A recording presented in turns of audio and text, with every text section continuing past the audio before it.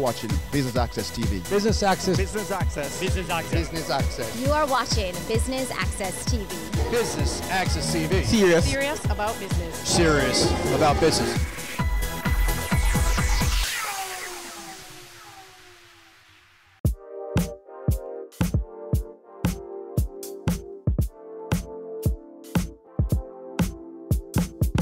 Business Access TV comes to you from the 2018 staging of the PSOJ President's Forum Service Excellence Awards. I'm Javon Keys and we're here to bring you the highlights. Stay tuned. The purpose of this award is really to raise the bar for service excellence in Jamaica. Organizations apply for the award, and what we have found over the years is that organizations improve significantly. See, when you go through a process of assessing your organization on very specific criteria, it opens your eyes as to what your strengths and the gaps are, and so companies work assiduously to improve on it. So over the years, we have seen an increase in the quality of the service delivered by the winners in this competition. First of all, they apply, and their application is screened. Once they are screened, if they score a particular score, then they are selected and shortlisted for a site visit. Now we have trained examiners who actually go into the organizations to assess the organization against these criteria, looking for objective evidence, because anybody can write anything on an application, but we have to look for the evidence, and then on the basis of that, the panel of assessors get together and submit a report to the panel of adjudicators, which are the judges, of which I'm the chief judge, and it's from that process we select the final winner in 3 categories: the large company, the medium-sized company, and the small company. Now this year we're also giving category awards because there are 7 categories against which the organization is assessed: leadership, customer charter and standards, training and capacity development, international benchmarks, monitoring and recognition, monitoring and measurements, recognition and reward, and complaints management. So we're giving awards in these because some companies excel in these areas and they might not win the big award, and so on the basis of that we figure that encouragement sweetens labor, so we give awards to those who merit it. I'm just reminding you that we are in a context that does not afford us the luxury of behaving like savages, of doing whatever we want to do, whenever we want to do it, and of treating ourselves as dirt. This is not the world that we are going to succeed in if we are going to succeed. So, self-respect and a common belief in our country, a caring commitment to our fellow citizens, are a part of the underpinning of customer service, of good governance, that must be an essential part of whatever progress that we hope to make as a nation. We must develop ourselves to be people of our word, to keep our commitments, not to make throwaway promises every election time that we all know will never be kept, and we all know we won't ask to be committed, to be fulfilled. We must build institutions that are credible, that give value for money every time, that are honest stewards of our stakeholders' interests, that value transparency and accountability over individual or partisan interests. So, when in 2017, I spoke and said that 2018 would be a crossroads year, and that we must develop our human capital to support our economic reforms, I wasn't just talking about technical skills training. That is important, it's critical. But we must forge a new national culture of mindfulness of others, of self-respect, and of integrity. And I know I get controversial from time to time.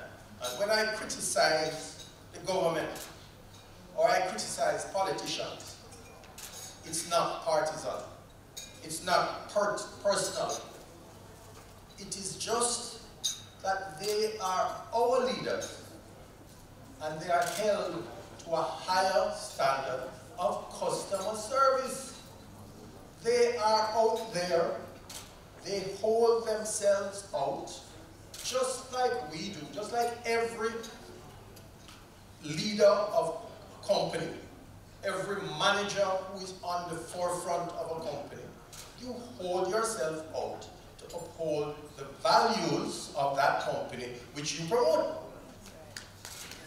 So that our leaders must obey a higher moral and legal code of governance for us to follow.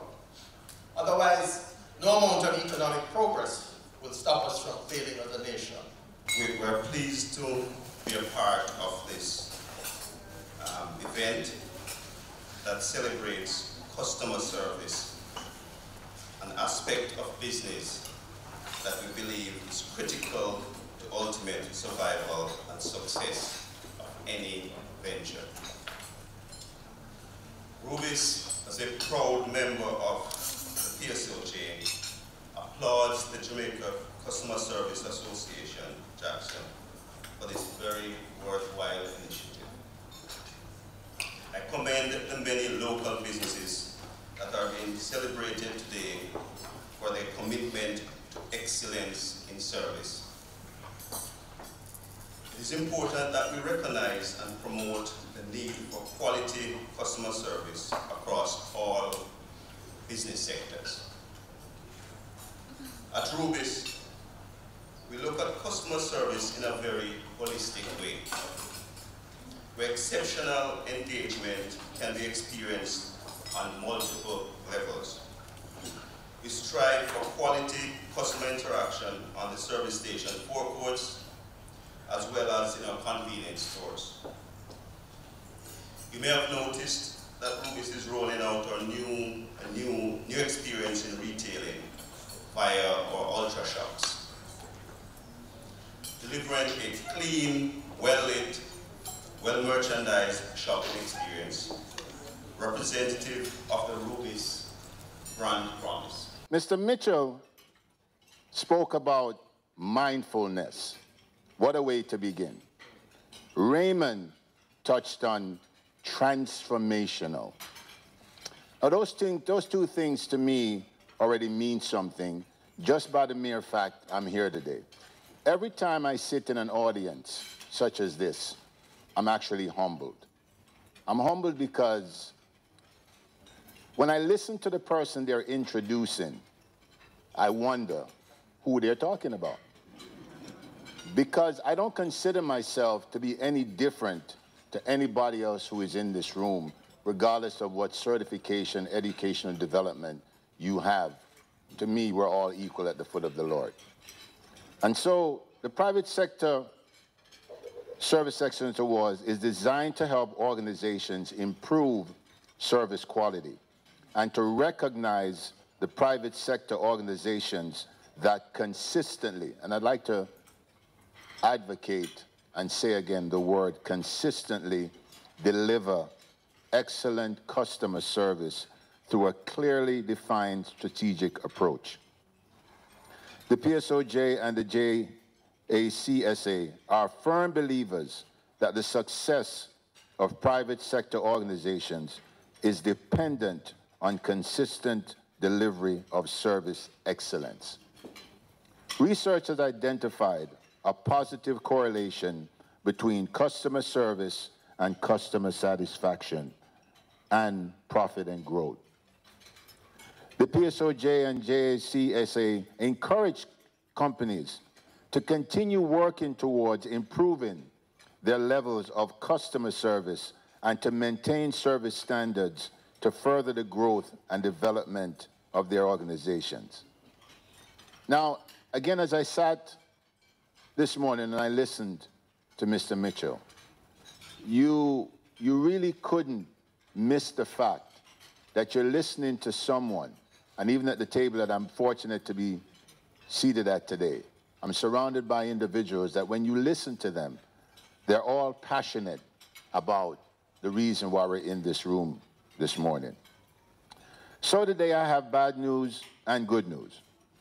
The bad news is, ladies and gentlemen, customer service is more and more becoming a lost art. Almost like sunken treasure on a ship.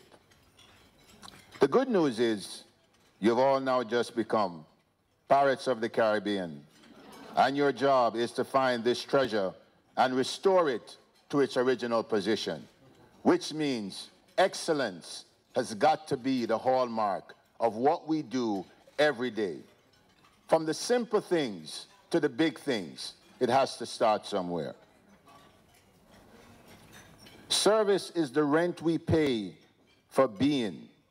It is the very purpose of life and not something you do in your spare time. In most Western countries, service accounts for more than 75% of GDP, a share that will continue to increase. It is without a doubt that service is an important competitive advantage for many companies where differentiation is often achieved by service attributes provided. This is why you must find it and make it important in our society.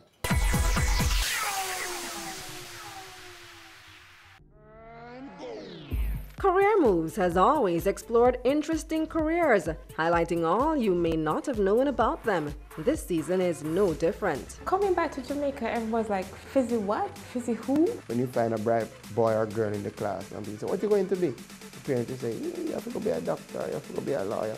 Nobody says you have to go be a politician. Let me see your hands!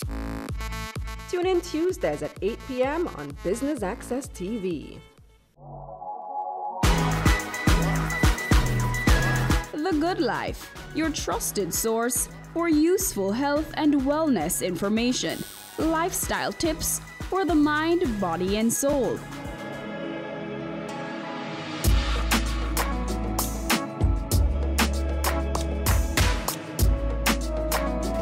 Tune in Tuesdays at 8:30 p.m. on Business Access TV. Having a corporate event, seminar, awards show, conference, product launch, workshop, or expo? Business Access TV is here to showcase your event. Contact our sales department at 908-0919, 906-6357, or 908-2775 for more information. Business Access TV, serious about business.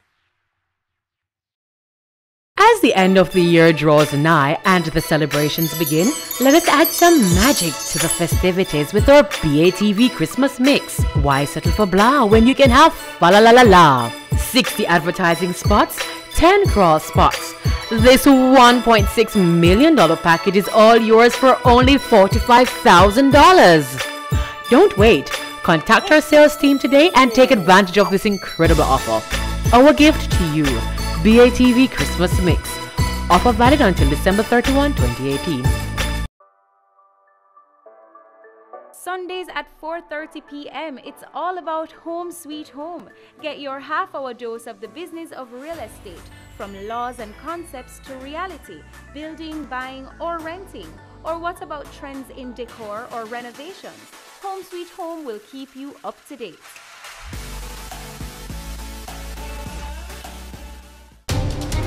We're taking you beyond our shores, across the region and around the world. Every week, BATV gives you in-depth reporting on the major stories that gripped headlines in the Caribbean and on the international scene. Join us Sundays for This Week Abroad.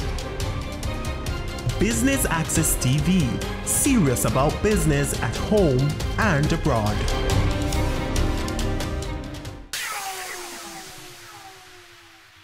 Now, this is the moment that many of us have come here for, in addition to the inductees and to hear Mr. Mitchell and to hear Dr. Brown. These are the award criteria. And I know we've been having a lot of discussions as to how is it that we are going to get service excellence to be embodied and entrenched in organizations and be woven into the very fabric and the DNA of the organization. This is it, folks. So it begins with leadership, strategy, and governance. This is what the organizations have been assessed on, their customer service standards and customer service charter. The charter is your promise to the customers, the standards, how do you do what you do in order to deliver service excellence all the time. And these must be codified and lived and not be a paper tiger. We have found that the organizations that have people who have been given the responsibility to, one, live service excellence, train others in service excellence, monitor the whole business of service excellence and performance against standards. When you have a cadre of people who live it and monitor it and help people to improve, it is amazing to see the difference it makes in an organization. So the winners are, come on folks, drum roll, drum roll, drum roll, drum roll, drum roll. Yeah. We're going to start first with the category awards, and this year we made a decision to give category awards in the medium and small category and category awards in the large company. We have for leadership and strategy, Massey Gas Products.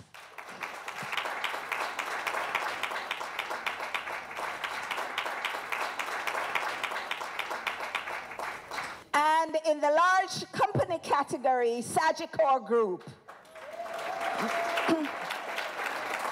And for monitoring and measurements, in the small medium category, we have Yellow Media Jamaica. We start with the overall winner in the small company category. May I invite Sarifa Insurance Brokers to join us.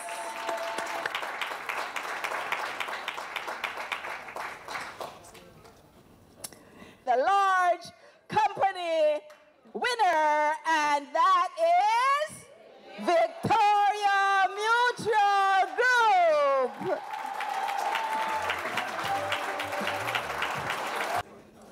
May I invite Miss Jennifer McDonald and Mr. Howard Mitchell to present a special award to Rubis Energy Jamaica for their consistent support in service excellence.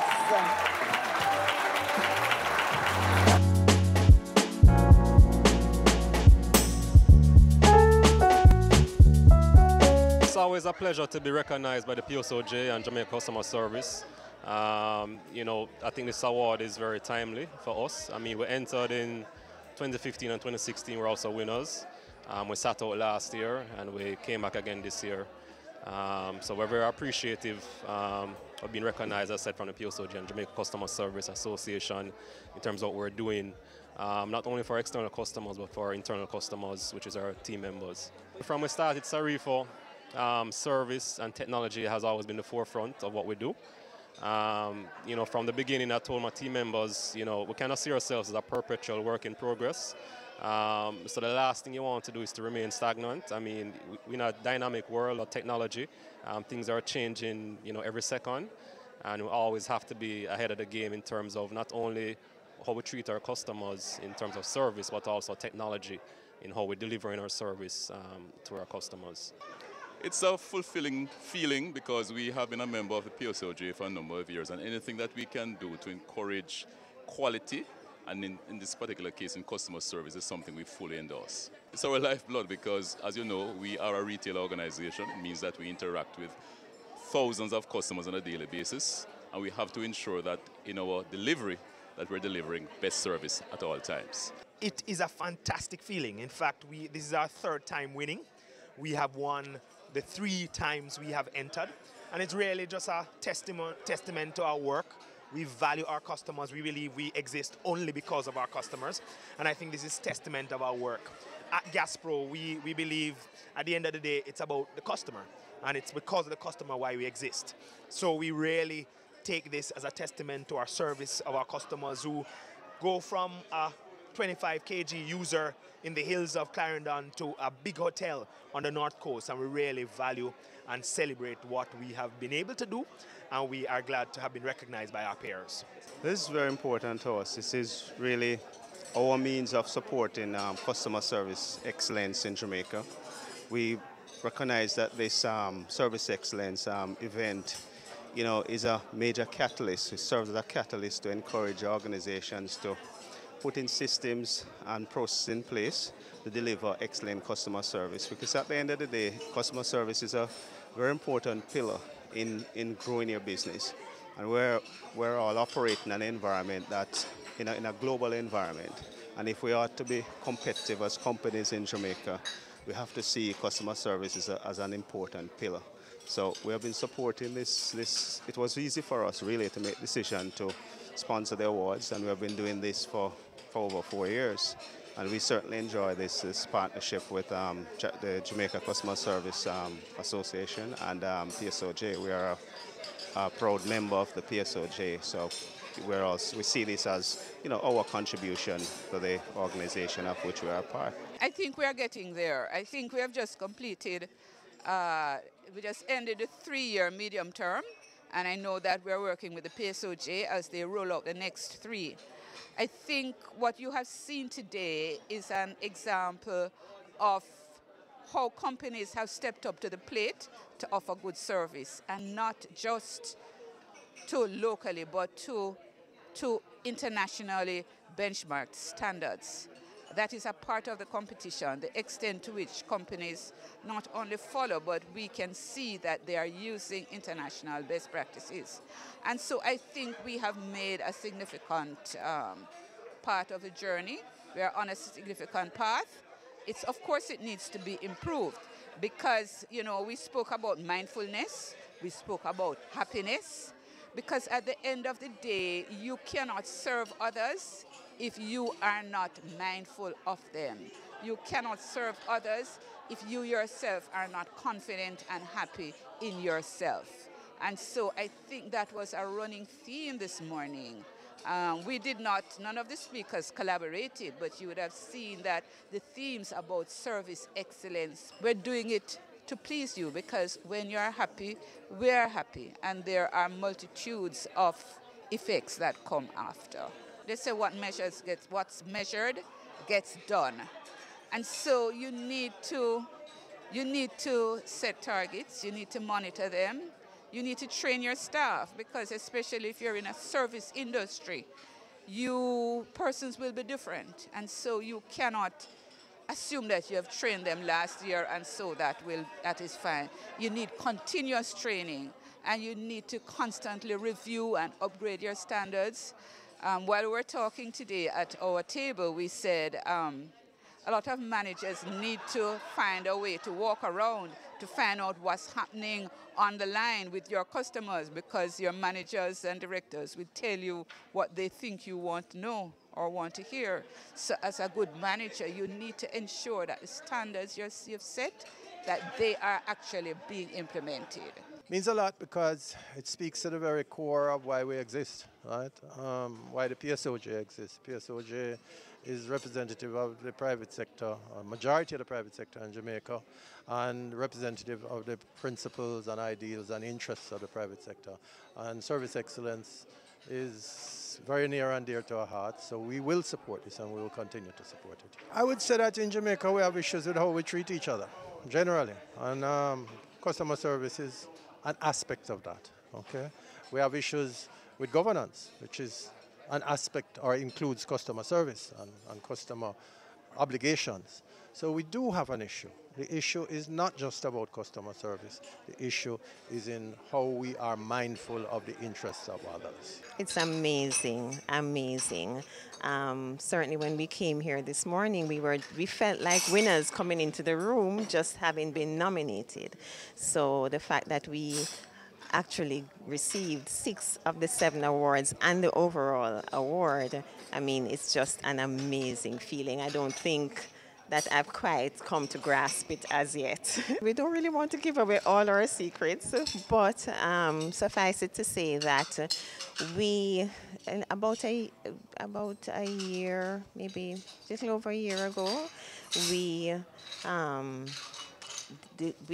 formed a customer service unit, and this really was done in order to give a strategic focus to customer experience across the VM group. So what we had were like, separate entities having their own standards, doing their own thing, and nobody really driving the strategy around service experience. So just over a year ago, I joined VM, about 18 months actually, and one of my mandates, which came from our group CEO, Courtney Campbell, was the establishment of this customer experience function, which we did, recruited somebody to the position, Denise Williams, about a little over a year ago. And we have just been focused on establishing the standards, embedding new standards, monitoring the complaints, implementing a complaints management system. So for us in VM Group, we actually believe that we're just getting started. So to come away this morning with 6 awards, 6 category awards, and the overall award, we believe that that is just encouragement for us to continue on our journey and to really double down on what we're doing, because obviously we are doing something right.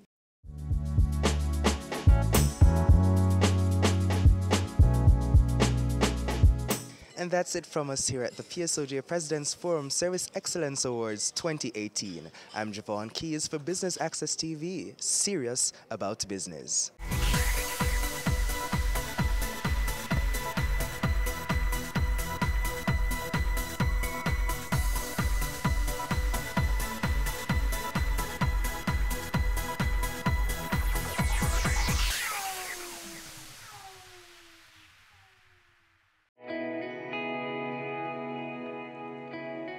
Every day you wake up, you have another opportunity to make this little island better, safer, a place where we all can be proud to call home. It's time we all recognize that every little thing we do has an impact on the Jamaica we live in now and the country we're leaving for our children. So promise me this, promise yourself this: no more will we tolerate criminals, even if it's our relatives. Tell them they're doing something wrong. Tell them to stop. Tell them no more robbing our children of the Jamaica they deserve. Tell them no more crime.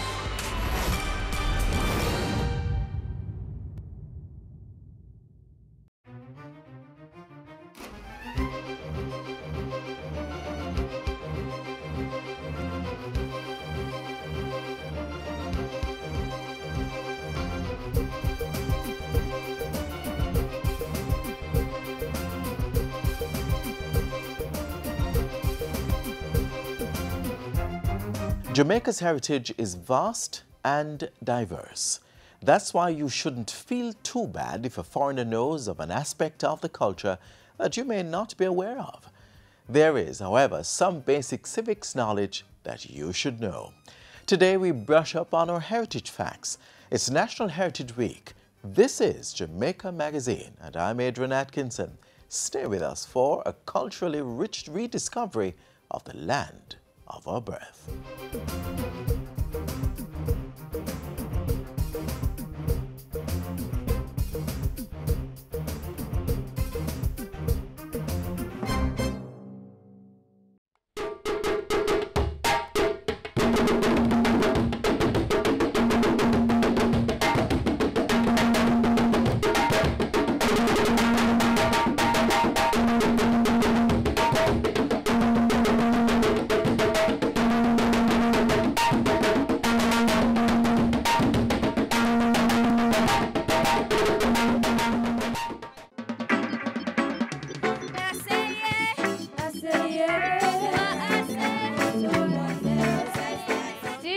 Aged 9 to 12 enter the essay competition. Write 500 words on the topic, how has Jamaican music contributed to the country's growth and development?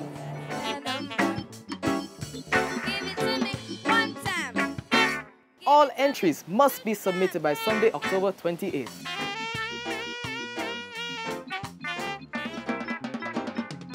Prizes and surprises await you in the 2018 Jamaica Information Service Heritage Competition.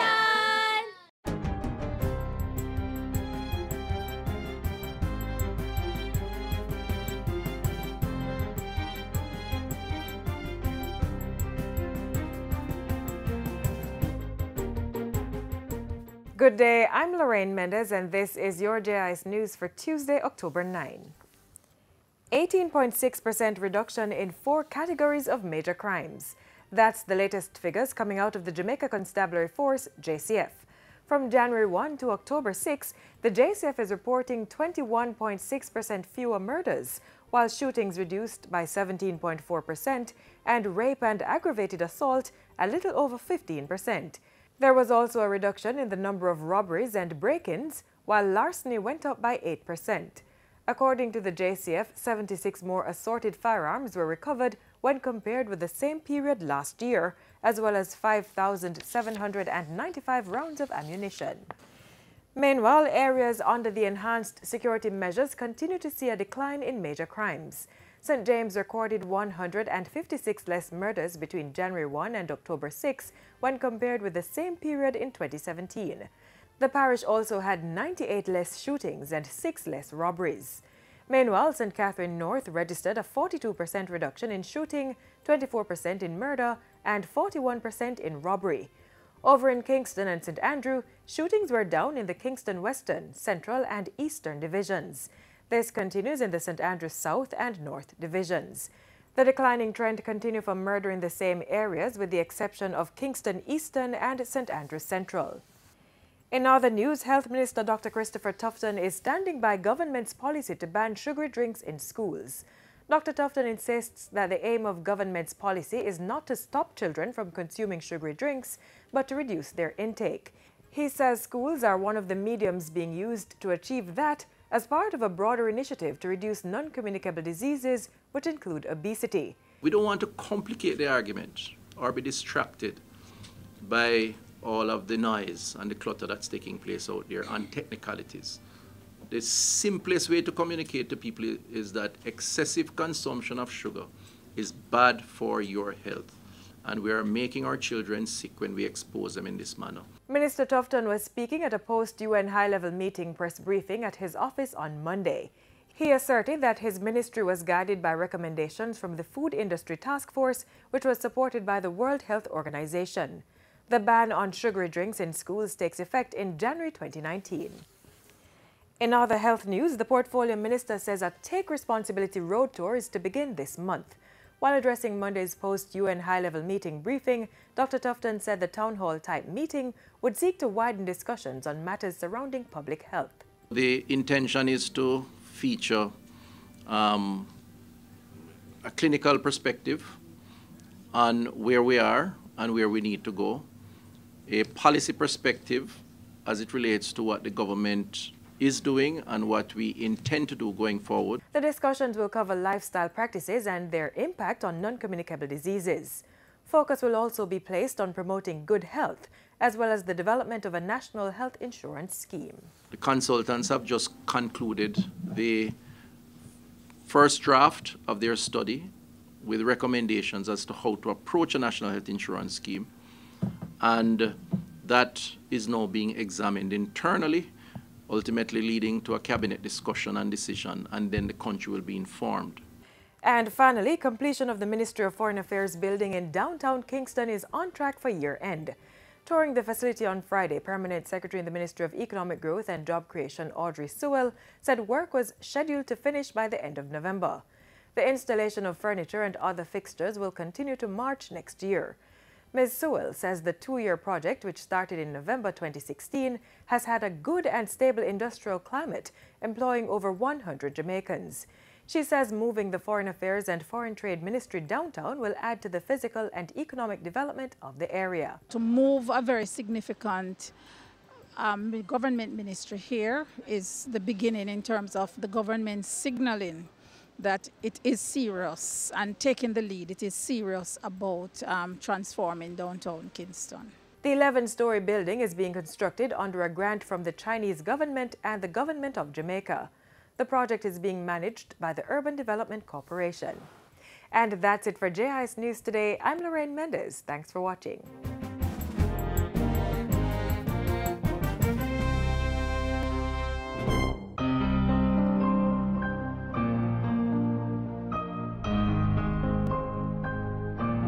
We have a subculture that supports those who do not inform, an anti-informer culture that pervades our entire society that we must break down.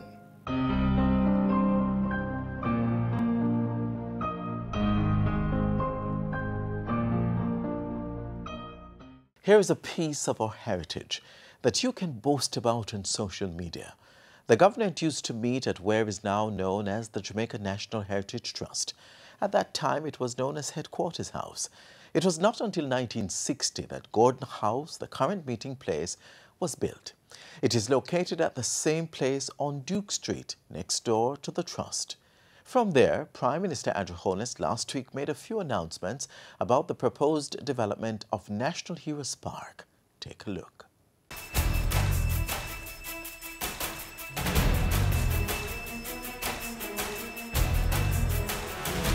State of emergency for Kingston and St. Andrew extended.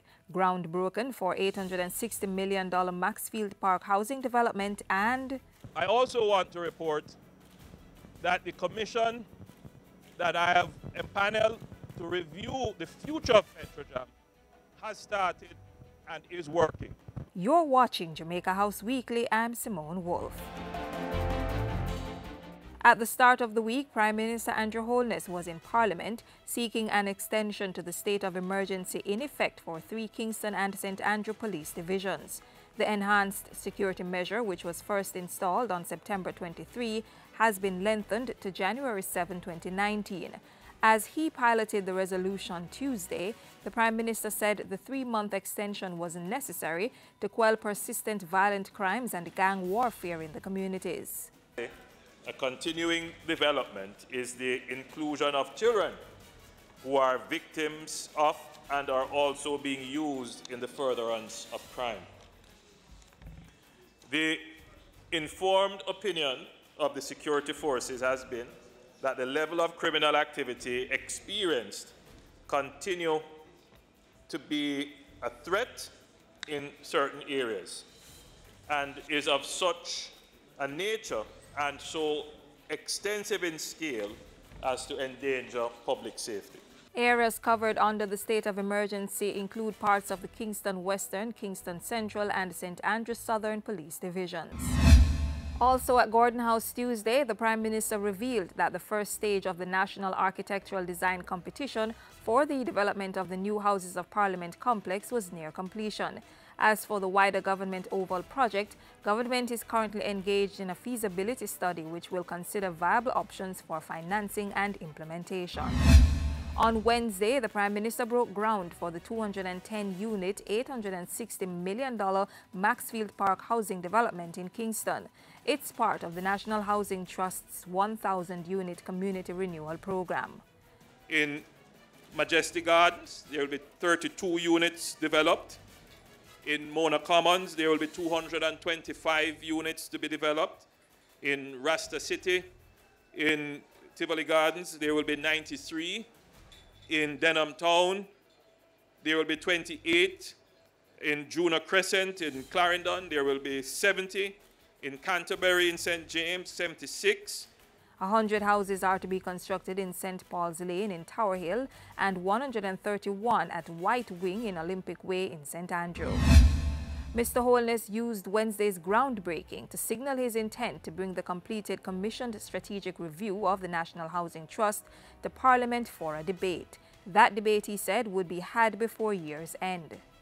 That report has in it many proposals as to how we can reform the NHT so that it can both support the national agenda items such as the economic program, but also how to expand its true mandate, which is to increase home ownership in Jamaica. Also Wednesday, the Prime Minister dispatched the permanent secretaries in the Ministries of Labour and Economic Growth and Job Creation to a meeting with China Harbour Engineering Company, CHEC. Discussions focused on the work stoppage on the Mandela Highway project. During the meeting, CHEC representatives assured that rates paid to workers were based on industry standards. They also said they would meet the December deadline for the project's completion despite the disruption. Back at Jamaica House, the Prime Minister engaged in talks with several stakeholders this past week. On Tuesday, he discussed the island's housing sector with the Realtors Association of Jamaica. Tuesday also saw Mr. Holness meeting with a delegation from EnviroNet. This private sector organization of Jamaica PSOJ portal gives members access to information to improve environmental performance and sustainable development. By Wednesday, Mr. Holness was holding talks with head of the Constituency Development Fund, Kadisha Campbell, as well as members of the Jamaica Defence Force, the National Housing Trust, and the Jamaica Constabulary Force. He also discussed diaspora engagement with New York State Assemblyman Nick Perry. And Mr. Holness held talks with a delegation from Choose Life International also on Wednesday. We see the introduction of LPG into our local market as an innovative move that diversifies the options for our consumers. Prime Minister Andrew Holness endorsing GB Energy Texaco Jamaica's liquid petroleum gas called Autogas. The petrol alternative aims at reducing fuel costs to motorists while decreasing carbon dioxide emissions into the environment.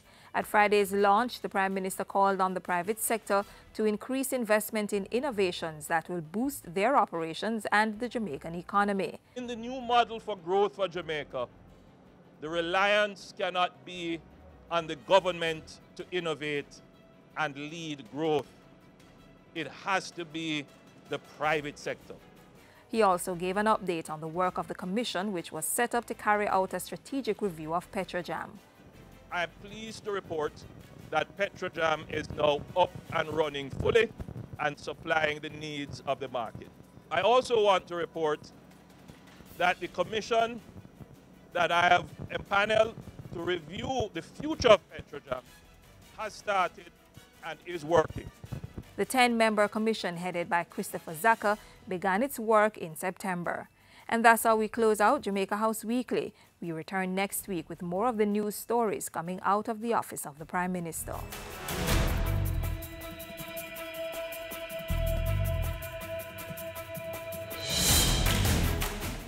Protect Jamaica, plant your grass. Help us become more resilient to climate change impacts. Protect Jamaica, plant a tree. It improves the island's national biodiversity.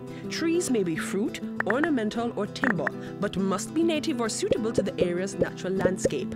Join the Jamaica Million Tree campaign and help to plant 1 million trees by June 30, 2019. This is a call to action by the National Environment and Planning Agency. This Jamaican treasure is strong and tall, making it a favorite for crafting furniture. You must know what I'm referring to, the national tree. Let's examine this beauty that's found at several of the island's parks. The blue maho belongs to a family called Malvaceae. It's the same family that includes ornamental shrubs like shoeblack. So the scientific name for the blue maho is Hibiscus elatus. I imagine that the specific name, which is the elatus, would indicate the fact that it is lofty and grows to great heights.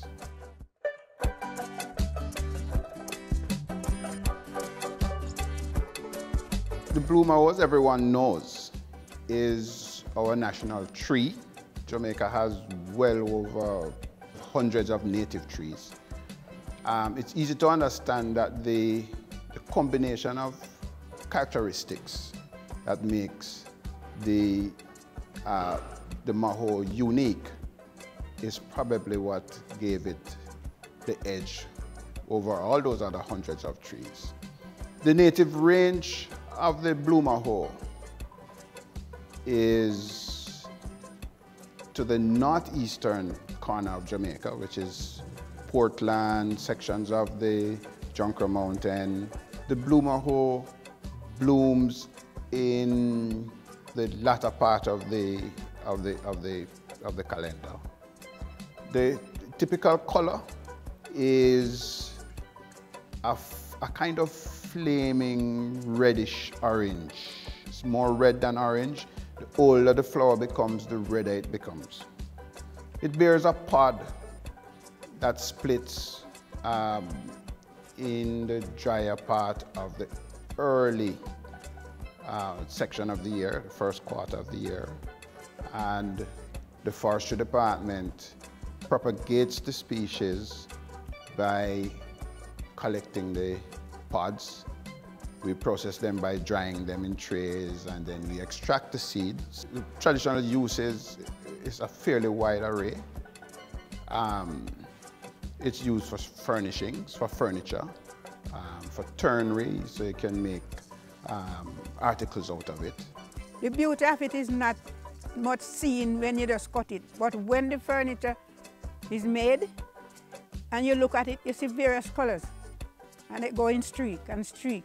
And they're not looking so nice until when they varnish it. It's not stained or anything, just when they polish it off when it's finished.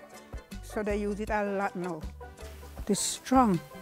It reminds me of the lignum vitae, but the lignum vitae doesn't have those streaks in it like the blue maho. So it makes it very special. I think people confuse the name lignum vitae and the name blue maho with their roles as national symbols, the one being the national flower and the other being the national tree.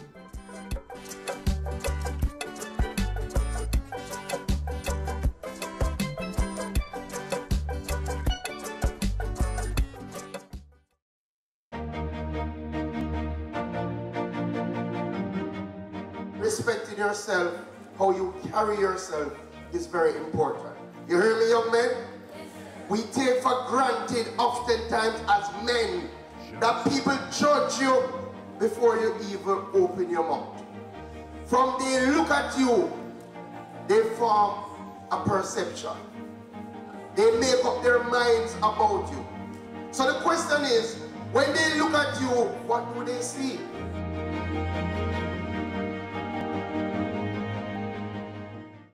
I understand you might not always agree, but you can respect somebody else's view. Respect my life. Respect my dad. Yeah, man, respect. It doesn't take anything to be respectful. And you can never tell the impact you will have just by saying, good morning, please, thank you. Respect. There are many sites and monuments within rural areas that are designated heritage sites, and as such are managed by the Jamaica National Heritage Trust. For instance, out west in St. James is Sam Sharp Square. There you'll find several heritage structures. Next, the national hero the square was named in honor of.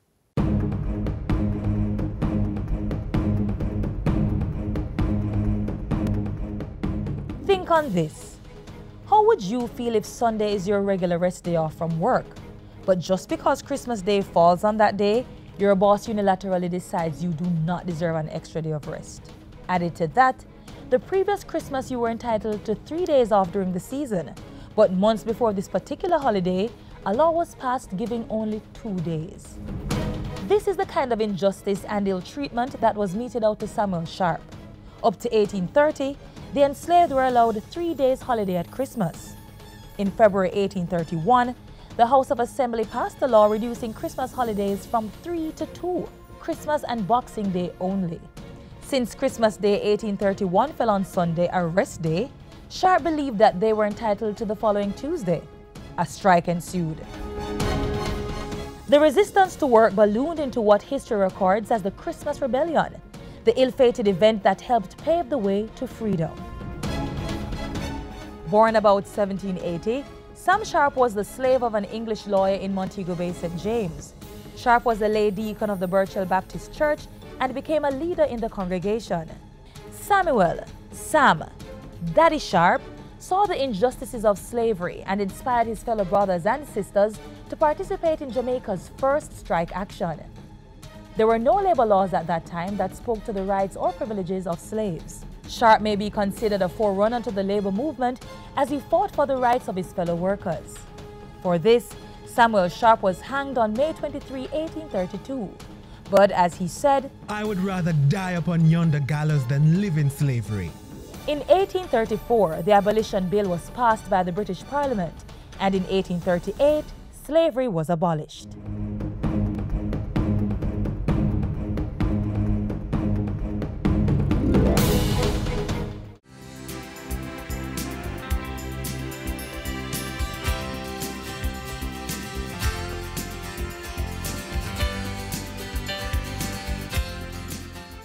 The issue of sexual assault against women and children, including rape, is a major concern for Jamaica.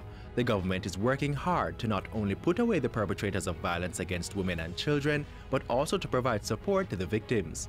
One organization which offers tremendous support to the victims of sex crimes is the Victim Services Division of the Ministry of Justice. Last year alone, the division provided assistance to more than 13,000 victims.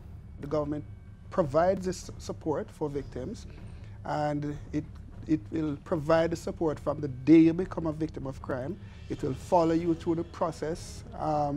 If you have to go to court, it has various innovative approaches that is designed to build your capacity to go through your victimization. The court support, court orientation program of the Victim Services Division is one which has gotten the commendation of police and court officials right across this country. It has several components. Well, even before we actually get into the court, we had a phase where we provided technical capacity building for judges and magistrates across the island, prosecutors, police officers, in understanding the dynamics when a person becomes a victim of a crime. So then there is the working with court, where there's an orientation program which involves us taking particularly children to court before the court day to help them to understand the lay of the land. We actually now provide them with a sense of orientation to understand what it means to be ready for court, and we want to make clear that this is not coaching them or interfering with the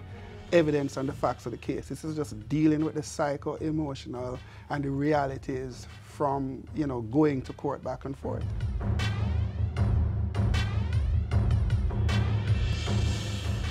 We also realized that a number of children were being victims of sex crime, and it's traumatic.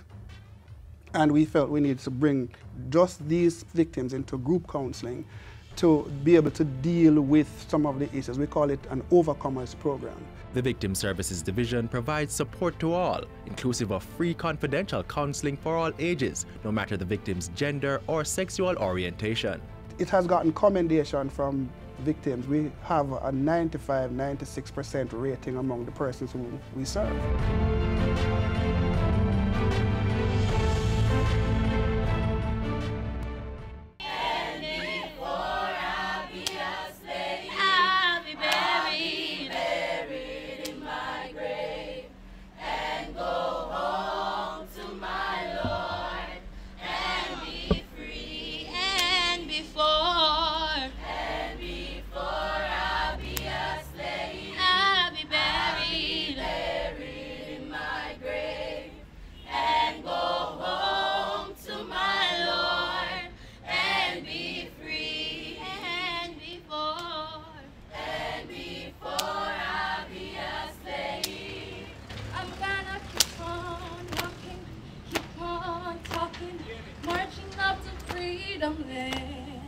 Ain't gonna let nobody turn me round, turn me round, turn me round. Ain't gonna let nobody turn me round. I'm gonna keep on walking, I'm gonna keep on talking, marching out to freedom land. Ain't gonna let no jailhouse turn me round, turn me round, turn me round. Ain't gonna let no jailhouse turn me round. I'm gonna keep on walking, I'm gonna keep on talking, ain't gonna let no jailhouse turn me round, turn me round. Now moonshine, bright tonight, how we got shine a big all night till daylight. Secondary level students enter the poster competition with digital or illustrated pieces, and tertiary level students, the photo competition is for you. The topic for the poster and photo competition is Jamaica's music, the stage for growth and development. All entries must be submitted by Sunday, October 28th. For additional information, visit the JS website at www.js.gov.jm. Email heritageposter, heritagephoto, all at js.gov.jm.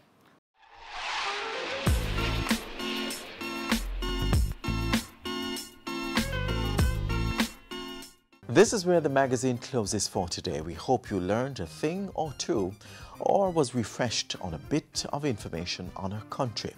If you want to know more on our country's history, click on our website and social media sites. Until next time, I'm Adrian Atkinson. Have yourselves a buenos evening. This has been a production of the Jamaica Information Service, the voice of Jamaica. Stay current and gain more information on the ever-evolving industry of real estate on Home Sweet Home, Sundays at 4:30 p.m. on Business Access TV. As the end of the year draws nigh and the celebrations begin, let us add some magic to the festivities with our BATV Christmas Mix. Why settle for blah when you can have fa la la la la? 60 advertising spots, 10 crawl spots. This $1.6 million package is all yours for only $45,000. Don't wait. Contact our sales team today and take advantage of this incredible offer. Our gift to you, BATV Christmas Mix. Offer valid until December 31, 2018. They say it takes a village to raise a child, but the world will one day need the leadership of that child. The time you spend with your child matters. It stimulates their minds and shapes the way they act. Talk with your children. Help them to better understand the world around them and to value what is truly precious. Above all, the most valuable gift you can give them is love. Play, talk, teach, love. Take the time. It makes all the difference. A message from the Parenting Helpline and Ad Council Jamaica.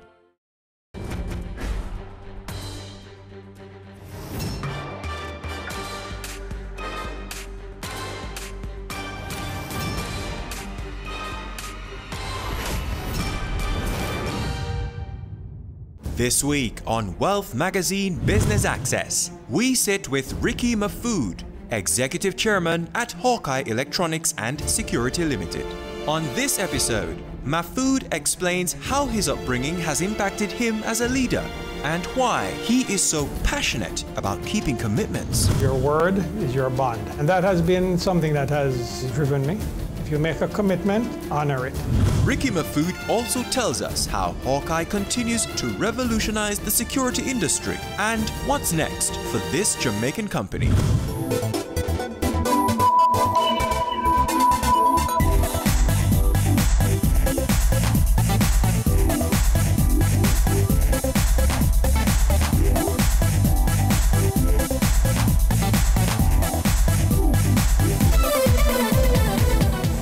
I'm Ricky Mahfood. I'm the Executive Chairman of Hawkeye Electronic Security Limited.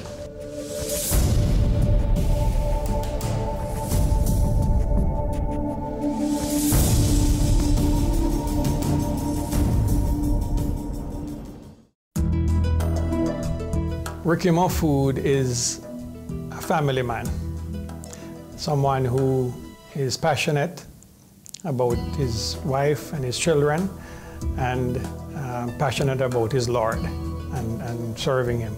I can be intense at times and focused when I need something done and done properly. And maybe some people may see me as a, type A personality, very driven and so on. And I guess in a way that I am driven by what is important to me and what I believe I am called to do. So that's probably a little of who I am. I was born in Kingston in 1958. Growing up in Kingston brings back very fond memories for me. A lot of our cousins lived relatively close to us, and on the weekends we would be together playing football, riding around the neighborhood, and as we grew older, riding motorcycles and so on. So I have really good memories of those days. I attended Surbiton Prep, and then from there went to Ligani Prep and on to Wolmer's Boys School. I entered Wolmer's in 1971, and in 72, you may not remember, but Wolmer's won the Manning Cup, the Olivia Shield, and the Walker Cup. So those are memories that are ingrained in me, can't forget that. I left Wolmer's at the end of 4th form at 74, and our family migrated to Miami, where I completed high school and then went on and did some years in college. Leaving Jamaica and going to school in Miami was definitely an eye-opener. Because I was going to an all-boys school. Now I'm in a school with girls, no uniforms, and so on. So it was a totally different type of scenario. Fortunately, there were some Jamaicans there, and that we connected with, and that kind of brought a level of stability to us. One of the things that we were not going to lose there was our identity. So during our years in Miami, we never lost our accent, and whereas rather being influenced by the people and the culture, we were the ones that were influencing those that were around us, and they started to talk like us. So while it was a shock for us in one way, it was a good learning experience for the time we were there. After leaving high school in Miami, I attended a junior college in Miami for 2 years and graduated with a degree in what's called architectural technology. I then went on to University of Florida, but kind of lost my focus on my passion for what I was doing. And after about a year and a half, I decided to just head back to Miami and start working. I did some time in sales. I did a couple of years in the restaurant business, managing an Italian restaurant and so on. And it was around that time, in '81, when I decided that it was time to come home.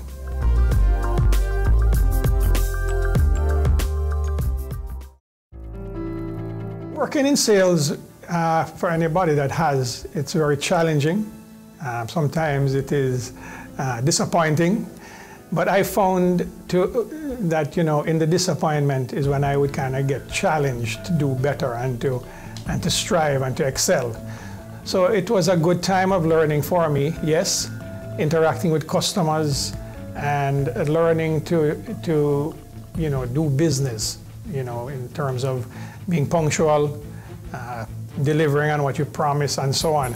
And in a North American market, those things are crucial. You turn up late and you're out the door. You don't deliver on time, and maybe the next order doesn't come your way. So yes, there were valuable lessons learned there, and I think those things kind of helped shape me along the way. Coming back to Jamaica in 1981, I was a young man, about 23 years old, and not quite sure what I was going to do. So I kind of tagged along with what my father was doing and worked with him, both my brother and myself. And he did a development on Shortwood Road called Woodlands. We worked with him there, and from there he did another development on Millsboro Avenue called The Pines. And again, I was there as his right hand. From there, about 1986, I branched out with my brother, and we ventured into the world of security.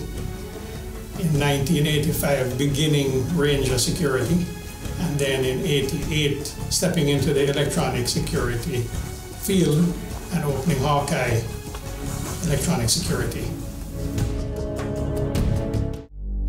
One of the biggest challenges for me would be when you lose a member of staff in the line of duty. Home is where all the sweetness, silliness, and beauty of life happens. Discover your style and express yourself with furniture from the Ashley Furniture Home Store. Visit any of our 2 locations at Ligony Kingston or Fairview Montego Bay. Find the most exquisite range of furniture in varying styles to suit your needs. So tell your story with elegant and affordable lounge, bedroom, dining pieces, and more from the Ashley Furniture Home Store. Here at Ashley, this is home. As the end of the year draws nigh and the celebrations begin, let us add some magic to the festivities with our BATV Christmas mix. Why settle for blah when you can have fa la la la la? 60 advertising spots, 10 cross spots. This $1.6 million package is all yours for only $45,000. Don't wait. Contact our sales team today and take advantage of this incredible offer. Our gift to you. BATV Christmas Mix. Offer valid until December 31, 2018. Caring Hands Season 3 continues to effect change in a changing environment. Many of us were raised by grandmothers, right? So, we know the wisdom that these people have. Going beyond business. The little leaders of today are our leaders of tomorrow. And with the proper education, we'll have very good leadership coming from that.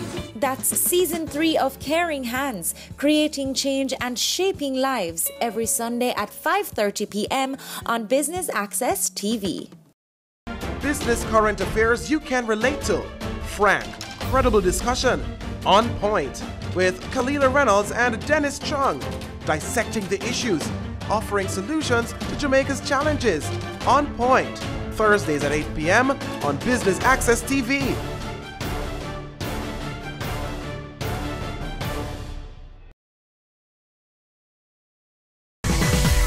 Having a corporate event, seminar, awards show, conference, product launch, workshop, or expo? Business Access TV is here to showcase your event. Contact our sales department at 908-0919, 906-6357, or 908-2775 for more information. Business Access TV, serious about business. We're taking you beyond our shores, across the region and around the world. Every week, BATV gives you in-depth reporting on the major stories that gripped headlines in the Caribbean and on the international scene. Join us Sundays for This Week Abroad. Business Access TV, serious about business at home and abroad.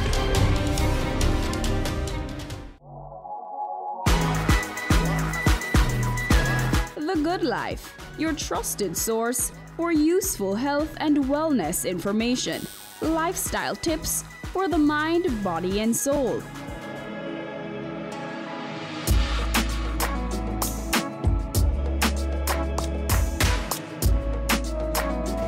Tune in Tuesdays at 8:30 p.m. on Business Access TV.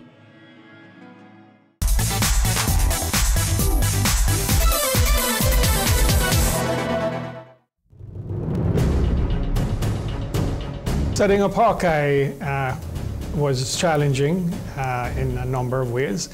Primarily because it was a security company, you're dealing with firearms and getting permits and licenses and so on. Along with that, you're now beginning a service-related business where you're employing people and you're running a 24-hour operation. So it was a learning experience, and the learning curve for me took a little while. But once we started, going and things kind of leveled out, probably around 6 months down the road, we had a big challenge, and that was Hurricane Gilbert in September of that year, which really was something I never really even thought of happening. And with that, it caused us to have to dig deep. Because when you have a natural disaster like that, people are looking for the security to be there anyway. And to be honest with you, we had a group of men back then that were amazing. They slept at the office, ate bully beef and bread, morning, noon, and night. And we did our patrols and location checks and so forth. And amazingly, none of our customers lost anything during that time with Gilbert, where there was several months where things were in shambles. For us to survive during that time, and I think coming out of that, our customers began to speak about us, and word of mouth and what have you, and the company just began to grow. And in 89 and 90, 91 going forward, the company just continued to grow and strive. So yes, it was a definitely defining moment, I believe. I would say, one of the biggest challenges for me would be when you lose a member of staff in the line of duty. Very difficult time for me. Because they're part of your family. Somebody you work amongst, and it's hard, very hard to deal with. But at the end of the day, you realize that it's a part of the job that we do, and you just have to kind of deal with it and move on as best as you can, and offer support to those around you and to the family and so forth.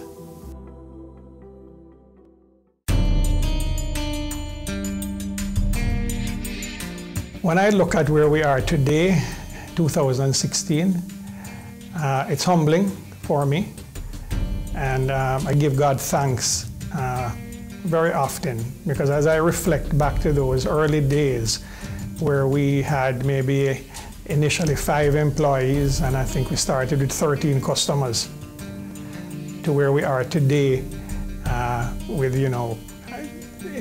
within the guarding side of the business and the electronics, we have about 1,800 people working with us, and we're securing over 10,000 customers. So it is a humbling thing for me, and it also is something that causes me to just reflect on the persons that are part of our team, because it's not about me. It's really about the people that are on the team with me, that do groundwork and the support and so on, and that deliver the service. And so a big thank you goes to those that are with us, those who have been with us, and help us along the way. Security is a big issue and affects everybody. And I believe, the whole electronic security business has brought a level of affordability to the marketplace, which benefits everybody. So today, somebody moving into a home, a security system is part of what they would think of having, just as they would think of having cable TV, telephone service, and what have you. Security is a part of that thought process. And because of the affordability of it, you find more and more people now are opting for that and signing up to get a system installed, to get even a security system for their vehicle and what have you. So it's definitely a growing business.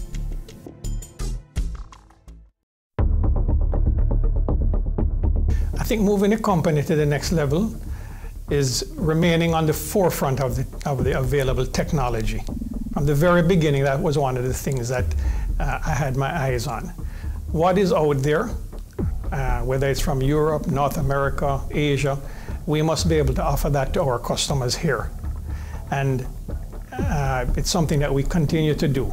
We identify products and we test them, we bring them in here in our market, and when we see something that we think will work, then we introduce it to the marketplace and what have you. Going forward, it would be much of the same, because the whole technology industry is changing.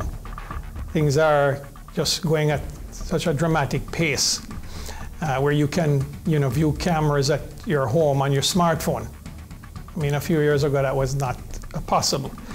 So it's just keeping our fingers on the pulse of what's happening in the world of security and bringing to market those products that would fit in here with our culture, and providing the back-end support, whether it's armed response, the technical support and expertise, and so on, to give our customers what they are looking for. I think the best piece of advice would be something my father taught me many years ago growing up. And it is a quote that said, "Your word is your bond." And that has been something that has stayed with me and has driven me. It's do what you say. If you make a commitment, honor it.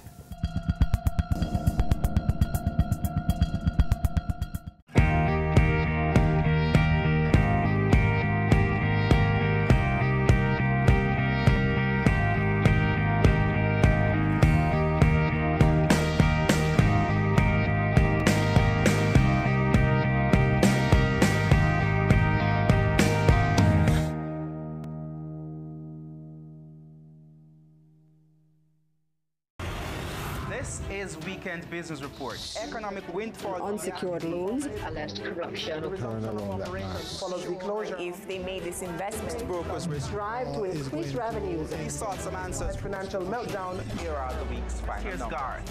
News Roundup. Camille, it's back to you. That's Weekend Business Report with me, Keneal Gale, Saturdays and Sundays. Business current affairs you can relate to. Frank, credible discussion.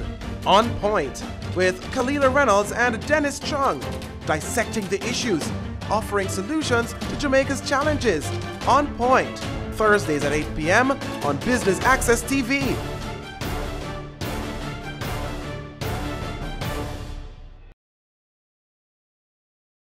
Have you seen it? It's BATV Live. Live streams of business news weekdays at 7:30 p.m.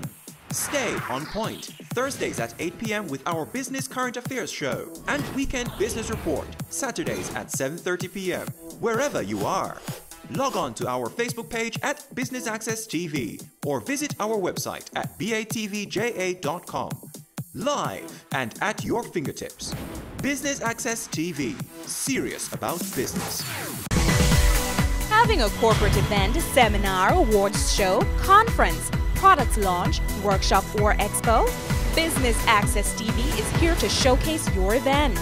Contact our sales department at 908-0919, 906-6357, or 908-2775 for more information. Business Access TV, serious about business.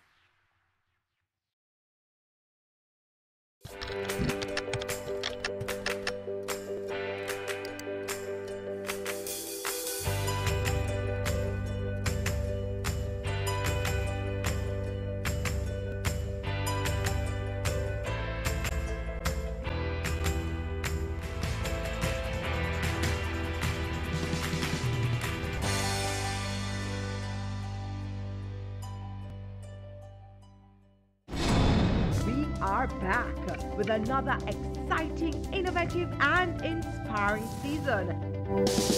It takes a lot of stick-to-itiveness, being consistent and persistent in whatever you're doing. That's the bottom line. Business exists to add value to people's lives. And if we're not doing that, might as well we lock down the store and just call it a day.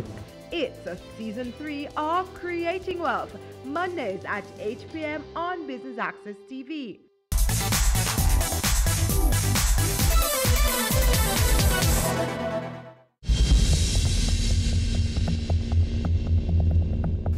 What drives me is a desire to deliver service to our customers, to come up with the systems that we think will better protect them, you know, developing security solutions. That's one of the things we do at Hawkeye.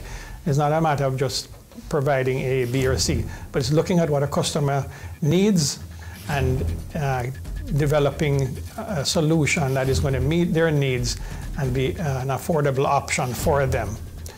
So that, as I said before, and just having a desire to serve and to deliver service to our customers, that is really something that drives me and pushes me every day. I think the best piece of advice would be something my father taught me many years ago growing up. And it is a quote that said, "Your word is your bond." And that has been something that has stayed with me and has driven me. It's do what you say. If you make a commitment, honor it. And going a step beyond that, as a Christian, honesty and integrity are very important for me. And it's something that I share across the board at the company, that we must always be forthright with our customers, being honest and open and so forth. And so being a person of integrity and delivering on what I say is very important. Some of the things that we do at Hawkeye, you know, throughout the years, we support different organizations, different charities, different homes, children homes, and so forth. And we believe this is an important part of who we are as a company in terms of giving back to the community and to the wider society. And, you know, it's something we enjoy doing. When I am able to kind of wind down a bit, I enjoy my family. One of my favorite times is when we gather around the table to have dinner. You know, I have 5 kids, so 7 of us are on the table, and it's just a wonderful feeling to just look at your children around you growing up and so on. I enjoy cooking. So sometimes when I get home from work, cooking helps relieve some of the stress. And so I'll go in the kitchen and prepare something. And I also enjoy cycling. I cycle with a group of guys and girls about 3 times a week.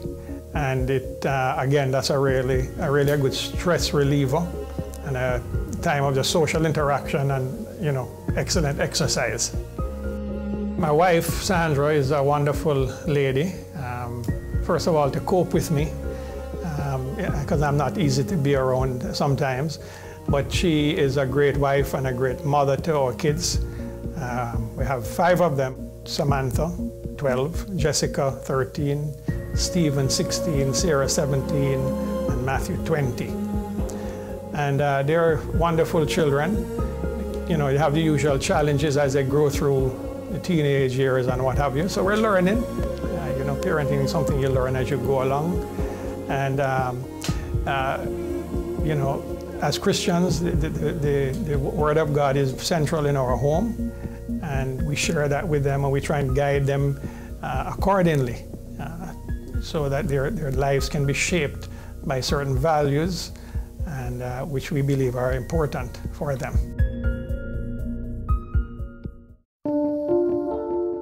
When you ask about wealth, what wealth means, you know, at one point I would say, you know, the typical question, the typical answer, you know, financial security. But more and more I have come to the place where wealth to me at the core is having a right relationship with God. Because everything else is meaningless if that isn't in place. So you can have financial success, you can have good health and so on, but if that relationship with God is not there, then those things are not going to add up. So to me, that would be what I would put as being wealthy, being in a right relationship with God through Jesus Christ, His Son.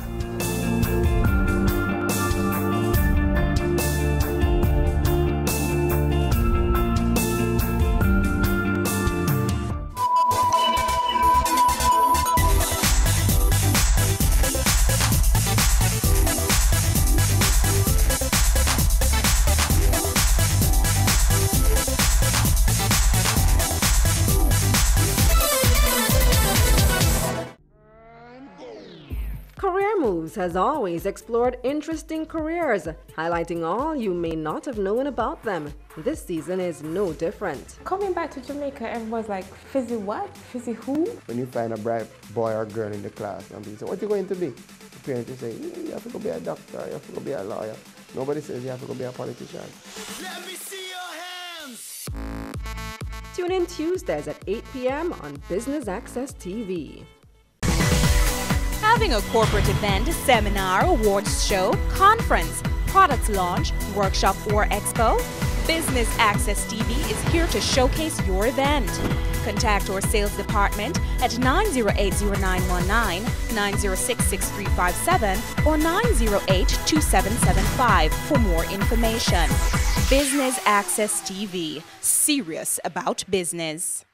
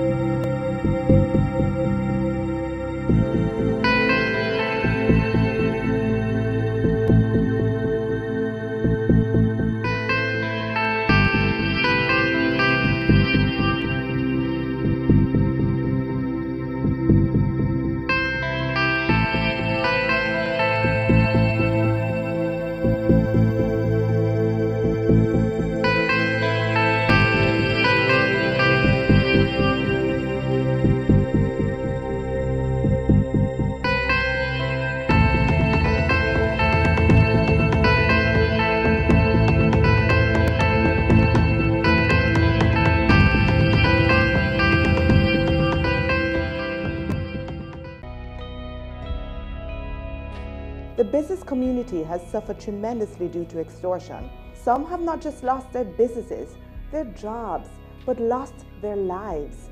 This is extremely impactful to the growth of our country and to the progress of our people. We are our brother's keeper. Let's put a stop to this. No more use of force. No more use of fear. No more extortion. No more.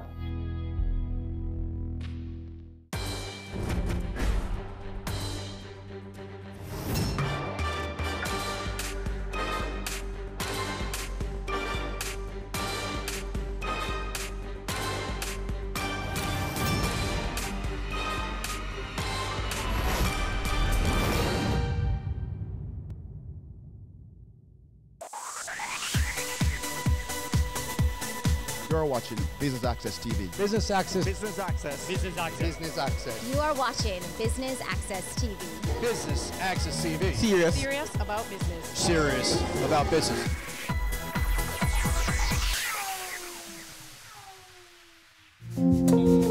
The Association of Caribbean Copyright Societies, ACCS, is hosting an open mic forum under the theme Understanding the Rights and Benefits of Copyright and Related Rights. And BATV is here to bring you all the highlights. I am Leroy Hall. Stay with us. Much more after this.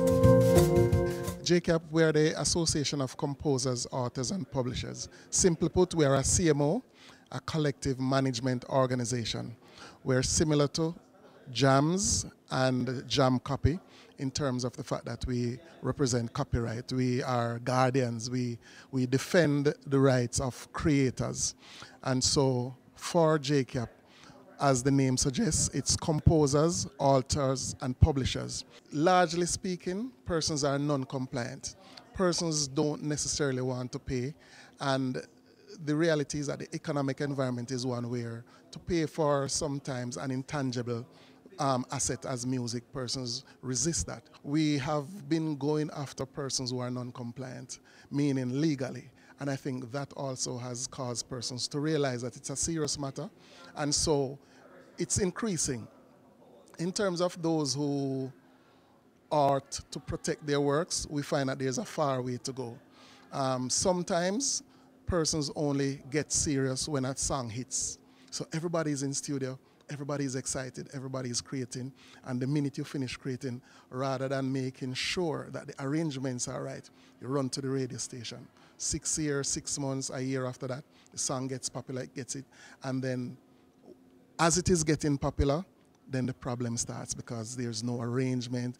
We hear at JCAP someone will come in and said, I want to register this song, and there are problems because some of the members who contribute, they are not agreeing on the share, so there's a challenge there. However, we must say that there are compliant users. I think overall there has been an increase and persons are more aware because we have carried out over the, especially in the last 4 or 5 years, we have spent millions of dollars on public education. There's a huge shift in terms of how music is being used or has been used. From the days of cassette, all the way up, vinyl, all the way up to CDs, and now where are we? We're now talking about downloads, but no, we're well beyond that. The new dimension is now streaming. Streaming is a new dimension, and that is where the money is nowadays, right?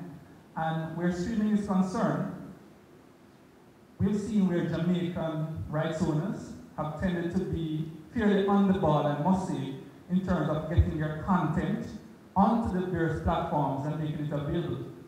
That happens quite a bit, but where the shortfall is, where the shortcoming is, understanding the mechanisms behind all of that. So you put up your music, but we find that there's a big, huge gap in terms of the understanding of what goes on after the song goes up. And so there's a great deal of work for us to do in terms of bringing the understanding to our members as to where the music goes and how the royalties from those different platforms, how the royalties are computed, why you may only see $50, $10,000 or whatever the case is, why you may only see what you see on the statement. There's always been a big question as to, especially from event organizers, why do I have to pay what I have to pay? Yes, that's a big question. And we are always happy to provide the answers because the fee that you pay is a function of the size of your event. And when we say size of your event, we're talking about the capacity. And of course as well, if it is that you're charging an admission fee, that also plays a role in the calculation of the fee, right? And it is important for us to take into account these parameters because music has value. And so we try at our very best to ensure that the value that you're paying is not below the value that it really and truly is, or not exceeding that. And let me give you an example.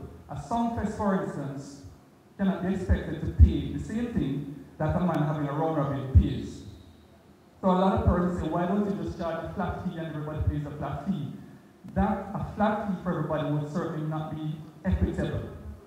And so we create a system and a structure that allows for equitable payment of fees from the different users. So a small user pays a value that is proportionate to the size of his event or the size of his business. What we're trying to do is to bring much more awareness to music users across the island as to the work and mandate of an organization like JAMS. And what we're saying to users is that we are the licensing body, and many persons don't know, but we are the licensing body that represents record producers in Jamaica. In a like manner to JCAP, which represents songwriters and composers. So we are, JAMS and JCAP, we are the national licensing bodies, and what we're trying to do now is to get the average person, the average party promoter, the bar owners, the shopkeepers and so forth, the nightclubs, business operators, hotels. We're trying to get more of them to understand that once they're playing music, they have an obligation to get permission and pay a fee. We do have, and we've made quite an impact so far over the years in terms of getting music users to comply. But what we recognize that there's still a very long way to go. And so this forum here forms part of that overall push.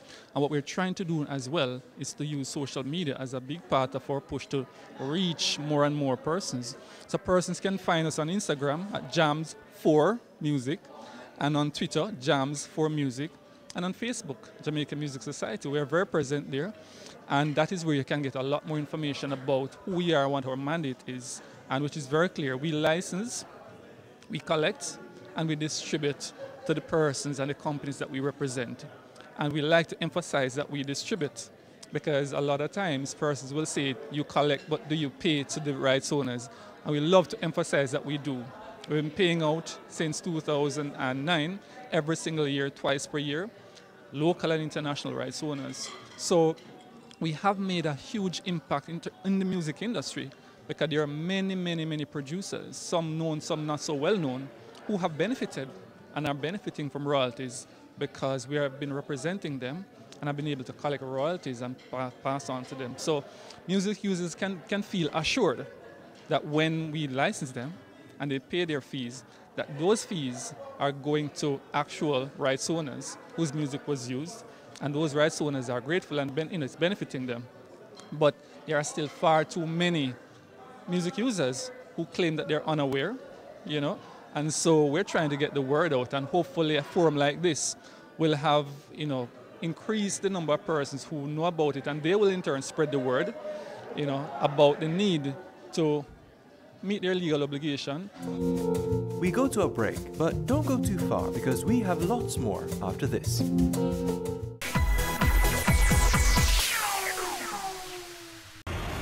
This is Weekend Business Report. Economic windfall, unsecured loans, alleged corruption, follows the closure. If they made this investment, brokers strive to increase revenues. These sought some answers. Financial meltdown. Here are the week's final. Here's Garth, News Roundup. Camille, it's back to you.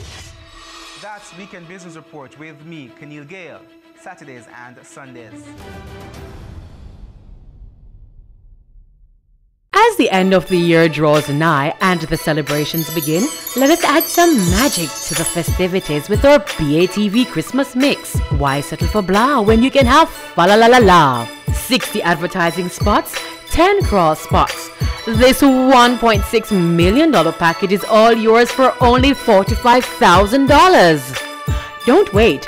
Contact our sales team today and take advantage of this incredible offer. Our gift to you. BATV Christmas Mix. Offer valid until December 31, 2018. Have you seen it? It's BATV Live. Live streams of business news weekdays at 7:30 p.m. Stay on point Thursdays at 8 p.m. with our Business Current Affairs show, and Weekend Business Report Saturdays at 7:30 p.m. wherever you are.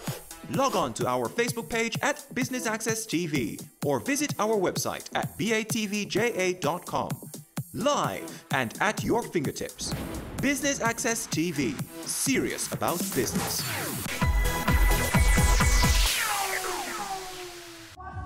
The poor should become the rich and the rich become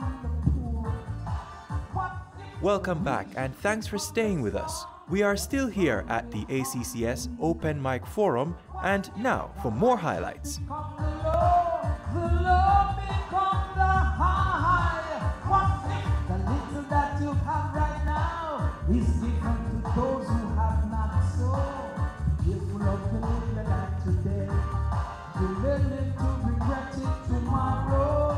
I'm a songwriter, a singer, a producer, a musician, and creativity is my thing. So I believe in JCAP, I believe in the copyright, I believe in creating your intellectual property and owning it, and it means a lot to me. Man, many people overlook the fact that when you create a song or any material, so to speak, people overlook it and have a dim view because they're not buying a piece of land.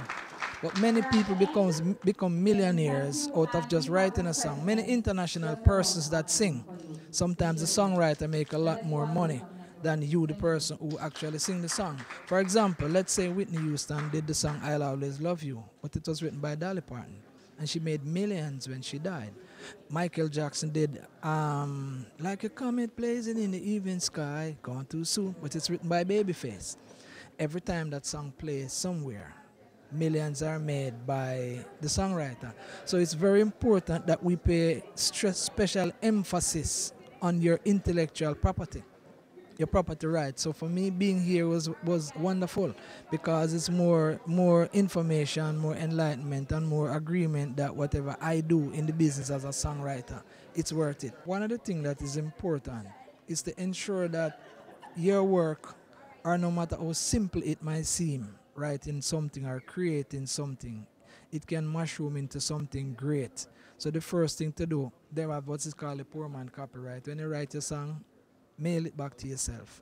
When it goes through the post, the first thing happens is that the post office put a stamp on it the date when it passes through there. So someone have to be able to beat you that they wrote that song before it passed through the post on that day. So writing the song right there and ensuring that something about it protects you. Email it. There's always a date to say you were the one. And never you take it for granted that no matter what you write is simple. What you create is simple. Always think, similar to many other things that were created. We see some little thing made in China that we used to make, some little skaters when we were small. We probably never copyrighted. Somebody come and see it and they make it into something big. So it's important, whatever you do, whatever you create, find some means, some JP, some means of approval to say on this date, you are the one who made this, you are the one who wrote this, you are the one. Even a simple line in a song, a simple guitar riff, like what Paul Bartley talked about earlier on with the song Egyptian, These Are Some Serious Times. A little half-tuned guitar, and it was one of the biggest songs all over the world. So it is for us to recognize that we are creators. And the bottom line is value your creativity. Find a place for it. Have you ever been to a restaurant without music? Watched a TV channel without music? Gone into shops where music isn't played? Well, I'm sure you'll agree that the experience is lessened. Academic studies in the UK and other countries have consistently found that where music is played, that adds value to the business. It increases people staying in stores to browse and to actually purchase if they like the music they're actually hearing. So there is a direct link between music use and sales and people attending bars, restaurants, concerts, or whatever. Music can also play an important role in providing export value to nations. Income flowing in from around the world for the use of that music. It can also help define the cultural identity of nations on a global basis. For example, reggae, dancehall, soca, salsa, calypso are all much loved genres of popular music around the world, emanating from countries in this region. Ultimately, what we seek to achieve is to complete this virtuous circle is fair value for the people who want to use music publicly and for the people who create that music. Typically, it's impractical for them, as songwriters and composers, to license and administer this use themselves on a global basis. Hence, they join collective management organisations to carry out this work on their behalf.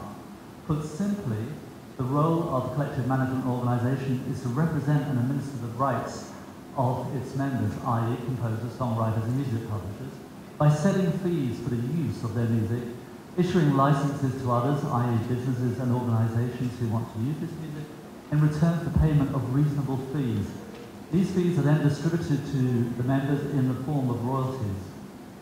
Collection societies provide other important functions in the collective administration of their members' rights, including the protection of rights, promotion of music, educational and cultural activities, and lobbying of governments on behalf of songwriters' interests.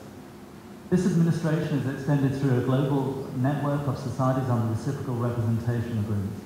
For example, each of the Caribbean societies represented here today will have representation agreements with PRS for Music, the organisation I represent, ASCAT, BMI, CSAC in the United States, SOCAN in Canada, and many more organisations globally.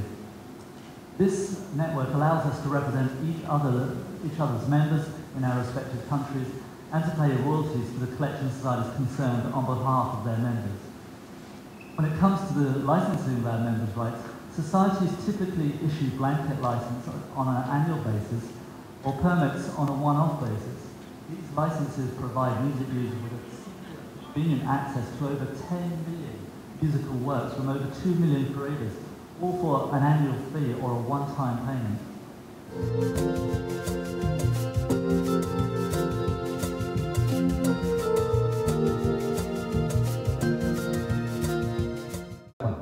We are seen as musical bailiffs.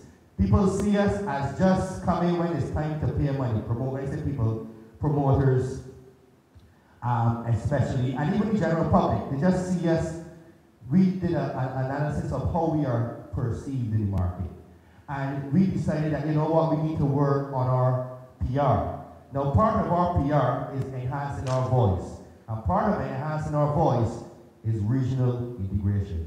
We believe that we can only be as strong, again, as we are regionally. We believe that having regional strength and regional unity will enhance our picture and enhance how we are seen. And we won't be seen just as a local entity, but part of a broader front. So being here is extremely important. We take our final break, but don't touch that remote. We have more highlights for you after this. Ready for cable for as little as $100? Ready for no monthly cable bill? Ready for 10 TV channels absolutely free? Then pick up our Ready TV box at authorized stores for $4,500. Hook it up to your TV set, then top it up with Ready Credit for 1, 7, or 30 days. Buy now and get $1,000 free Ready Credit and start watching your favorite shows. Pick it up, hook it up, top it up. Ready TV. Prepaid cable TV when you're ready. Now serving Kingston and St. Catherine. Limited time offer while stocks last. Conditions apply. Having a corporate event, seminar, awards show, conference, product launch, workshop, or expo? Business Access TV is here to showcase your event. Contact our sales department at 908-0919, 906-6357, or 908-2775 for more information. Business Access TV, serious about business. As the end of the year draws nigh and the celebrations begin, let us add some magic to the festivities with our BATV Christmas Mix. Why settle for blah when you can have fa la la la la? 60 advertising spots, 10 cross spots. This $1.6 million package is all yours for only $45,000. Don't wait. Contact our sales team today and take advantage of this incredible offer. Our gift to you. BATV Christmas Mix. Offer valid until December 31, 2018.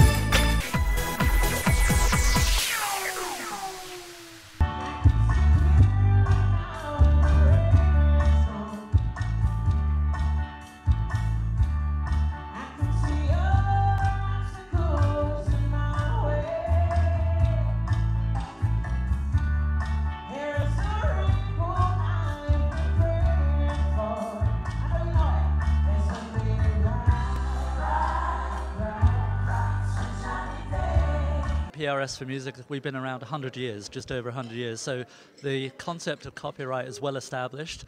People are aware that music and other rights have to be paid for.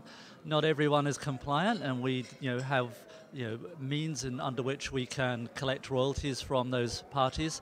the law is behind us ultimately, and we use the law where we need to, but that's not our preferred approach. Our preferred approach is to sell licenses to people who want to use our music and to receive fair remuneration for that music on behalf of the creators. But if we have to get strong with people, we will take them through the courts, and we will use those as test cases that we can hold up to show others, look, there are rights that have to be respected and protected, and this is what we're here to do. But it's not our preference to take legal action, but we will if we must. Well, it's great to have an opportunity like this where you've got all different parties represented. You've got the creators, you've got government, you've got the police, you've got obviously the music users, and they're an important community. They're our customers, basically, and we want to provide them with a service. That's what copyright management societies are there for, to not only represent the rights holders, but to provide a convenient and easy service to clear rights on a mass basis. I mentioned in my presentation that through one single license and one easy payment per annum, you get access to over 10 million musical works, and that's the world's best music that you can use without fear of people coming and knocking on your door and saying, well, actually, you're infringing my copyright. So that's an important license that we offer to our customers, and I think people need to be made more aware of that value. It's easy to just think, oh, music is for free, I'm going to just take it where I can get it and not pay for the people who actually create that music. So I was trying to get those messages across. It may have been a little dry at times. Copyright is not the most sexy subject, but at the same time, it's important for so many different reasons. And I mentioned also the role it plays in the economic success of countries. We in the UK have a very strong export repertoire. And in 2016, that was worth over £200 million in income to British songwriters. That's growing, and it just reflects the success of their repertoire. It reflects the success of the network in which we operate in globally to license and collect those royalties and pay them to the rights owners. JIPO, as we're called, is the government agency that's responsible for protecting and advancing and promoting IP rights in Jamaica. That's copyright, trademarks, patents, designs, geographical indications. We do that by doing a lot of public awareness, as we did for this weekend at JCAP. IP rights is quite broad, Copyright is but one area. So you have trademarks as well, which is dealing with more brands and names of businesses and products. Copyright is more dealing with the artistic, cultural side, so songs, artwork, films, movies, poetry, that kind of thing, So for copyright, you don't need to actually register. The law says once you have created the copyright work, it's in some tangible form, whether in writing or on USB or something beyond just being in your head, then you automatically have the right to own, manage, and earn from it. For any business, whether you are small, medium-sized, or large, or micro, or even a sole trader, you really should take the time to assess your own IP rights. JCAP reports that in 2016, distributor royalties totaled 84.7 million. This was a 29% increase over 2015, in which distributor royalties was 65.7 million. Of the 84.7 million distributable royalties, JCAP made payments to members in the amount of 69.9 million, or 82.5%. But it is interesting to note that in 2015, JCAP paid out 42.4 million to members, and the trend shows modest increases in collection and distribution year over year. In 2016, JCAP's total collection of royalties was 122 million Jamaican dollars. This represents 0.006% of GDP, a marginal increase over the previous year of 0.005%. So, even if it's a marginal increase, it's an increase. And so I therefore applaud the local CMOs, JCAP, Janssen, Jamcopy, on their commitment to public education and sensitization to achieve these successes, and I think we should applaud them. Nonetheless, there are two significant issues that I must raise. The first is the amount of payments being made overseas societies due to the high levels of usage of non-Jamaican material. Recall that I spoke to a distributable income of 84.7 million and a payout of 69.9 million by JCAP. Now, ladies and gentlemen, I would want you to know that 50.8 million Jamaican dollars was paid out to foreign societies, whereas only 19.1 million was paid to JCAP members based locally and overseas. This imbalance, though alarming, represents a challenge and an opportunity. The challenge is for us to decrease consumption of foreign content in our tourism products, on our airways, and in public spaces while offering an opportunity which Canada capitalized on some 30 years ago to increase local content through content quotas, develop industries in the creative sectors, and support new talent through targeted funding and interventions in incubators. This is a message for the Caribbean. The second issue is awareness of the impact technological advancement in the digital environment is having on music in particular. In 2016, US streaming revenue represented 51.4% of music industry revenue. Digital downloads and ringtones represented 24.1%. Physical sales amounted to 21.8%, and sync sales 2.7%. Globally, streaming income represented 50% of total music industry revenue, and overall, digital revenue increased by 17.7% in 2016. Ladies and gentlemen, 432 billion songs were streamed on demand in 2016. Now, despite these phenomenally high numbers in relation to streaming and digital downloads, the low payment resulting from digital service is one of the most frequently mentioned problems in relation to the digital environment. Composers and artists from all around the world complain about the low payment that comes from digital platforms, especially from those that use the technology of streaming. Now, in 2015, GULAC presented a paper to the World Intellectual Property Office, to WIPO, that I hope that your organization is keeping an eye on, since it questions the potential gains the digital environment has on nations like Jamaica, where music is our lifeblood and a source of economic, social, and cultural development. In Jamaica, we have hosted 4 conferences that deal with intellectual property rights and copyright, and that today we are seeing CMOs coming together in Jamaica to discuss and look at the business of intellectual property and copyright. So I just want to say this is another move in the right direction, and I really, more than anything else, is imploring them to let us monetize our culture. Let us monetize the cultural and creative industries, because the potential is awesome. And that brings us to the end of our coverage of the ACCS Open Mic Forum. Until next time, I'm Leroy Hall. Thanks for tuning in to Business Access TV, serious about business.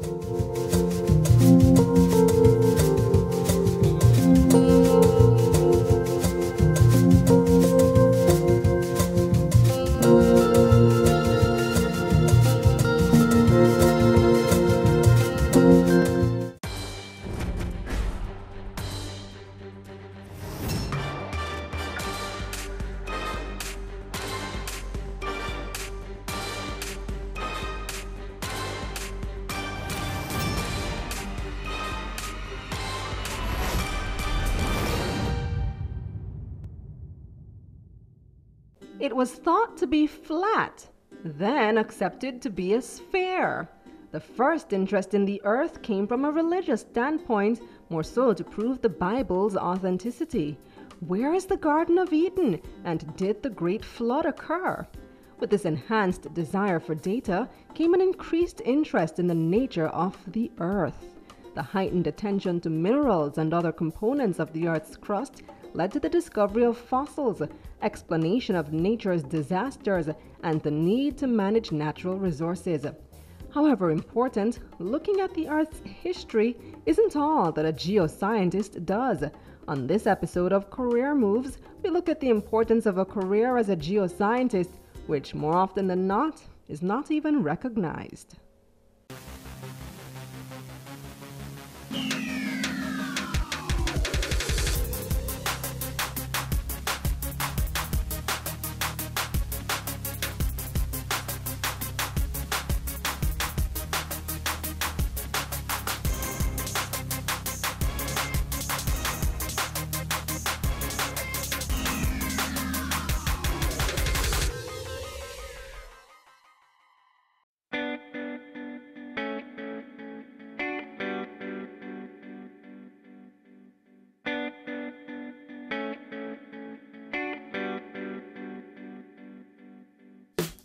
I'm Paris Liawaye. I'm a geoscientist and the director of the Mona Geoinformatics Institute.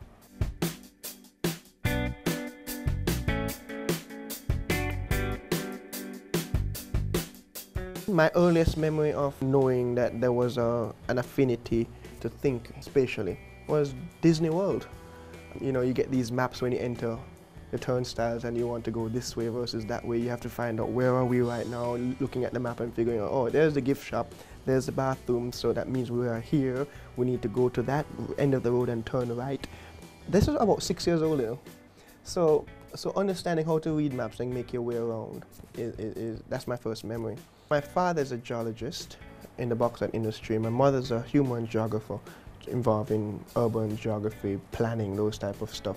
I split the middle and went right in between bauxite and planning because I'm not really good at human beings. So you figure out an ability to, an opportunity to go between the hyper technical and the hyper human components of the geofield. But the development of this as a career path, as a chosen path, obviously would have evolved once I entered UWI as an undergrad.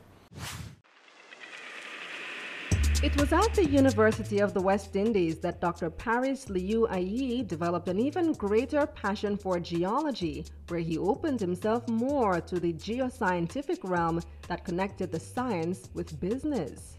My first degree is in earth sciences with a focus on geology and geography. My PhD thesis was on limestone. So you look at all different types of environments for the formation and development of limestone landscapes.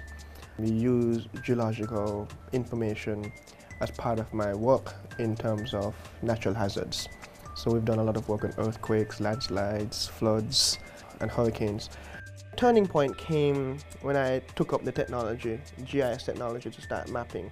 And I realized that you could do a lot more, there are a lot of different combinations that could be done in terms of research opportunities and linkages between other non-geo realms. And that allowed me to accelerate, because now it became exciting, now it became cool. This is when everything was still very new and not yet mainstream. So blank slate, man. I could pretty much write the rules as I went along.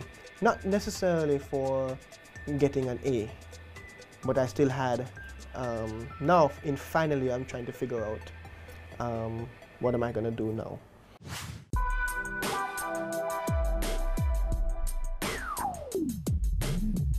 Geoscience is a broad discipline. Paris's work at the Mona Geoinformatics Institute can simply be explained as answering the questions about the where. Napoleon said this, that geography is all around us. And when you look at it, so many components of our economic development are tied to our geospace. So for example, if a hurricane or earthquake hits us, these things can completely devastate lives, property, and our economy as a whole. You talk about issues ranging from crime and road safety. All of these have inherent geo properties right now. Where are these crimes occurring? What do I need to do, and where do I do it? All of these are geo questions that people don't realize are geo questions.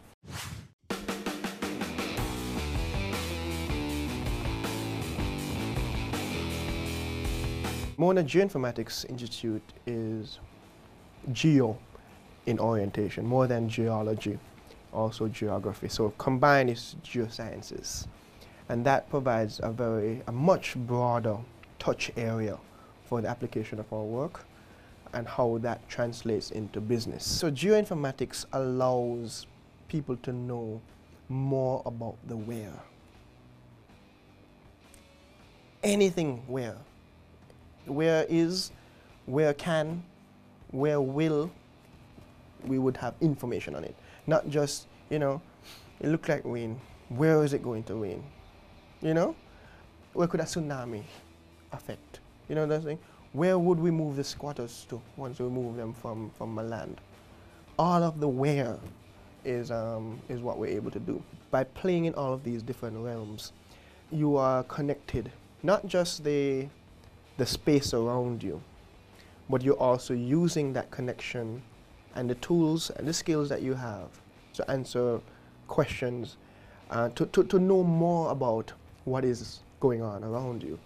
Not just from a superficial point of view as, you know, what kind of stone is this? Which is the one of those silly questions that, you know, you just want to test whether or not I actually know. And incidentally, we don't say stone, we say rocks. But again, these are things that, at its most simplistic form, that's what people assume the geosciences to be. It's more than that. That stone could have implications on your quarry and mining operations. So cement company, aggregate mining companies and those things. It's critical for structural engineers, construction, as well as loss prevention from hurricanes, engineering developments. You want to build a townhouse versus you want to build an individual bungalow. That kind of information is critically valuable to you. But if you don't have the geo knowledge down properly, you could very well be building a death trap if you don't know this type of information. And consequently, insurance people and banking and finance people need to know this information if they're going to be sinking their dollars in an investment that is likely to collapse after the first rainfall. So this is why the geo information is going to be critical to business. If you don't like what you actually work at, even if you make a lot of money, you're not going to have the same quality of life as if you're doing something that you're really passionate about.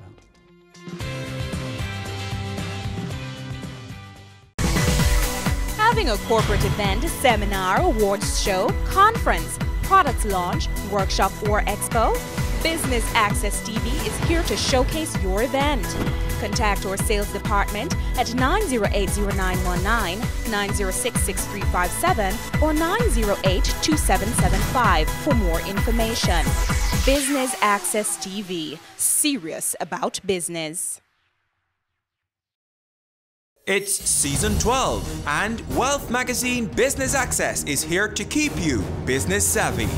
With an impressive mix of some of Jamaica's most inspiring business moguls, we continue to keep Jamaica informed, empowered, and ready to dominate. Tune in Sundays at 5 p.m. only on BATV. You're watching Business Access. Business Access. Business Access. Business Access TV. Serious about business.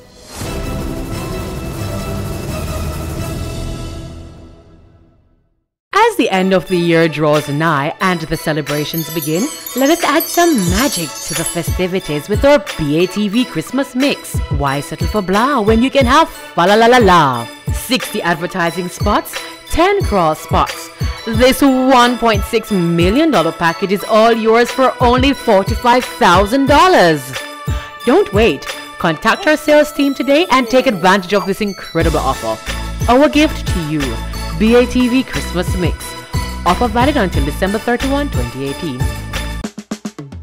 Caring Hands Season 3 continues to effect change in a changing environment. many of us were raised by grandmothers, right? So, I mean, we know the wisdom that these people have. Going beyond business. The little leaders of today are our leaders of tomorrow.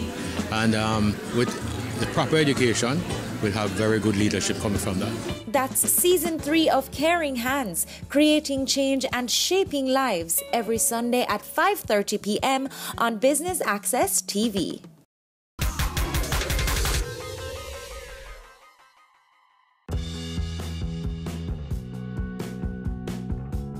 Someone that studies geology, and geology is all about the earth and those stuff, so basically that's what a geoscientist does. A geoscientist is one who studies the structure of the earth, things pertaining to what the earth's about and what it was made up of. I think a geoscientist studies the world and the basic steps on what the world has to bring to our future to come. That's what I think. Well, I think a geoscientist studies the population, the change of the land, death rate, population of the birth rate, and basically that. For research work on geography. Yeah. I'm Professor Simon Mitchell. I teach in the Department of Geography and Geology in the areas of geology and geosciences.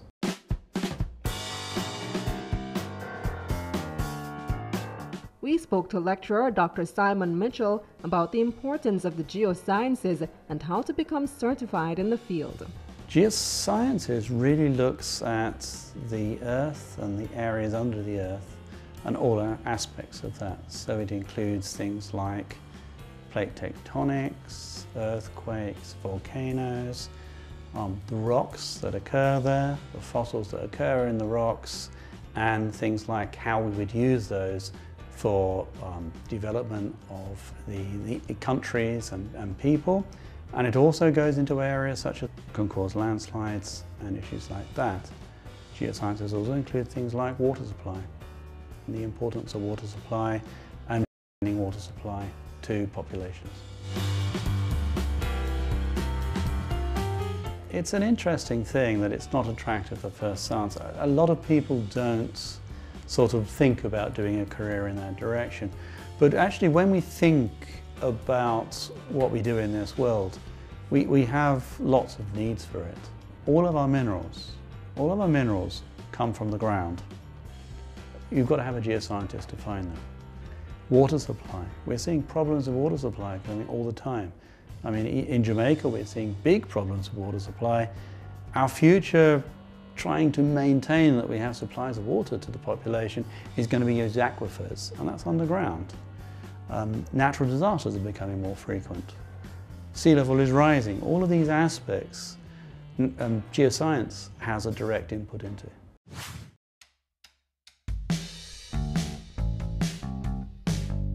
What we commonly find is that people almost develop a natural ability to go into geoscience. So along the way they find, oh, geoscience is interesting. Even when people come up to take a course in university, they might say, oh, well, maybe I'll do an introduction to geoscience. And suddenly they're introduced to it and they're into something that they didn't even think about before, but they think, well, that could be something interesting. And certainly as we're going on with the struggles that are coming on in the world, there are more and more people. We need more and more resources. People have got to find those resources. People are living in more and more difficult areas to live in. So at the end of the day, we need to be making sure that those people are living in suitable areas that aren't at risk from things like landslides because of tropical systems coming through. For geosciences, we really just require the equivalent of 2 CAPE subjects. So we don't actually really require the same stringency as other departments require. A lot of other departments, so for instance, if you come in and did biology, you would already have biology at that level and then go on into a higher level.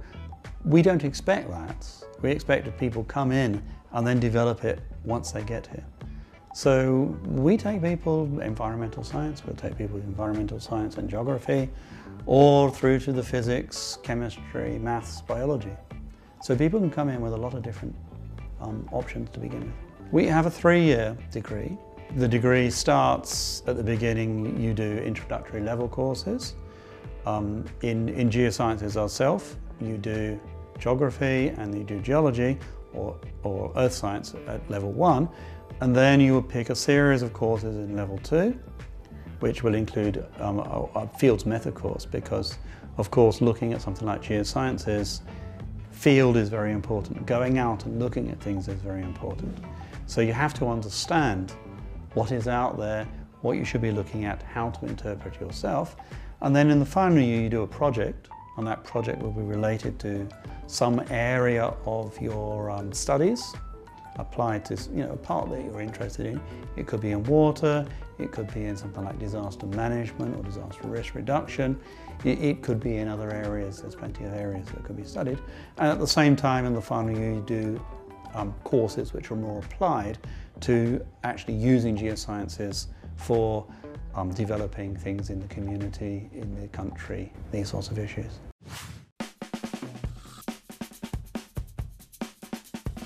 It's one of those odd things. You may not actually like anything in high school, but you actually might be the sort of person that could be attractable to earth sciences or geosciences. It really comes down to, I mean, there's a lot of people who sort of go through and oh, I don't like physics, I don't like chemistry, the two sort of thing. They come in and they're required to take courses at level 1 in different disciplines. And suddenly they try geology and they think, wow, this is really exciting. I could go on and become a geoscientist. The courses in the geosciences involve theory as well as a lot of practical work outside the classroom. After all, it's largely the earth that you'll be dealing with, so prepare for outdoors and lots of walking. There's a lot of field trips, and field trips are very important. And it's not just a jolly field trip, it's going out to look at things properly. A lot of other subjects are based in a lab or something like that, but a lot of our work is based on actually walking, making observations, collecting data and bringing that back to actually analyse that. So we will go to places in Jamaica that you will never ever seen, and probably you would never go there if you weren't a geoscientist. In the second year, we go out and we do a residential course where people learn how to make a map, but put geology on it, to put what is under the ground onto that area. Everybody together, the students and the staff, so everybody is together doing the same thing, and you go out and you learn how to do this. So it's a subject area where actually the staff get very close to the students because you go out and do field work. And that's probably more so than in most other disciplines.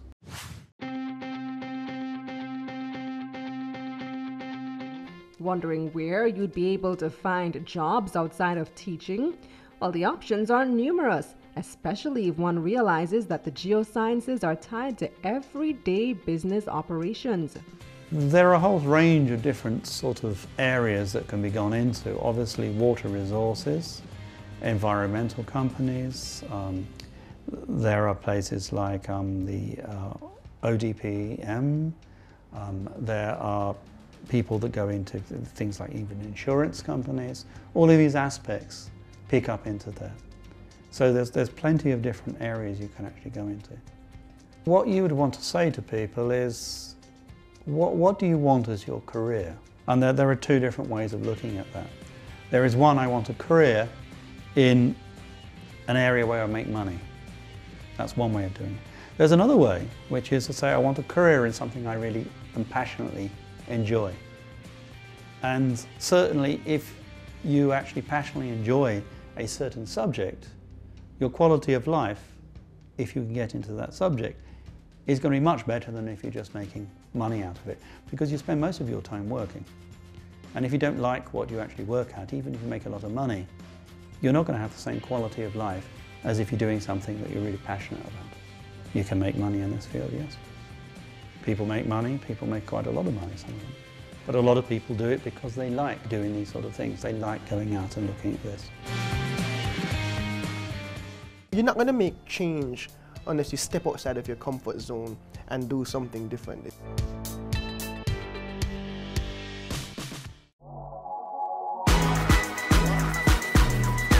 The Good Life, your trusted source for useful health and wellness information, lifestyle tips for the mind, body, and soul.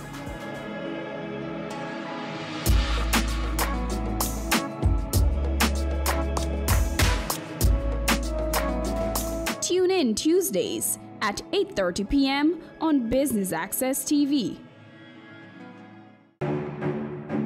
Go for God Family Church. Today's message is for those of you who thought that Jesus was finished.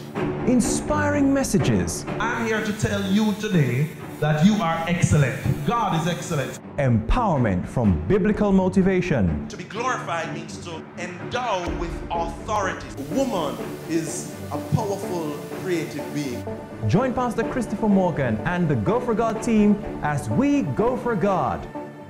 As the end of the year draws nigh and the celebrations begin, let us add some magic to festivities with our BATV Christmas mix. Why settle for blah when you can have fa la la la la? 60 advertising spots, 10 cross spots. This $1.6 million package is all yours for only $45,000. Don't wait. Contact our sales team today and take advantage of this incredible offer. Our gift to you, BATV Christmas Mix. Offer valid until December 31, 2018.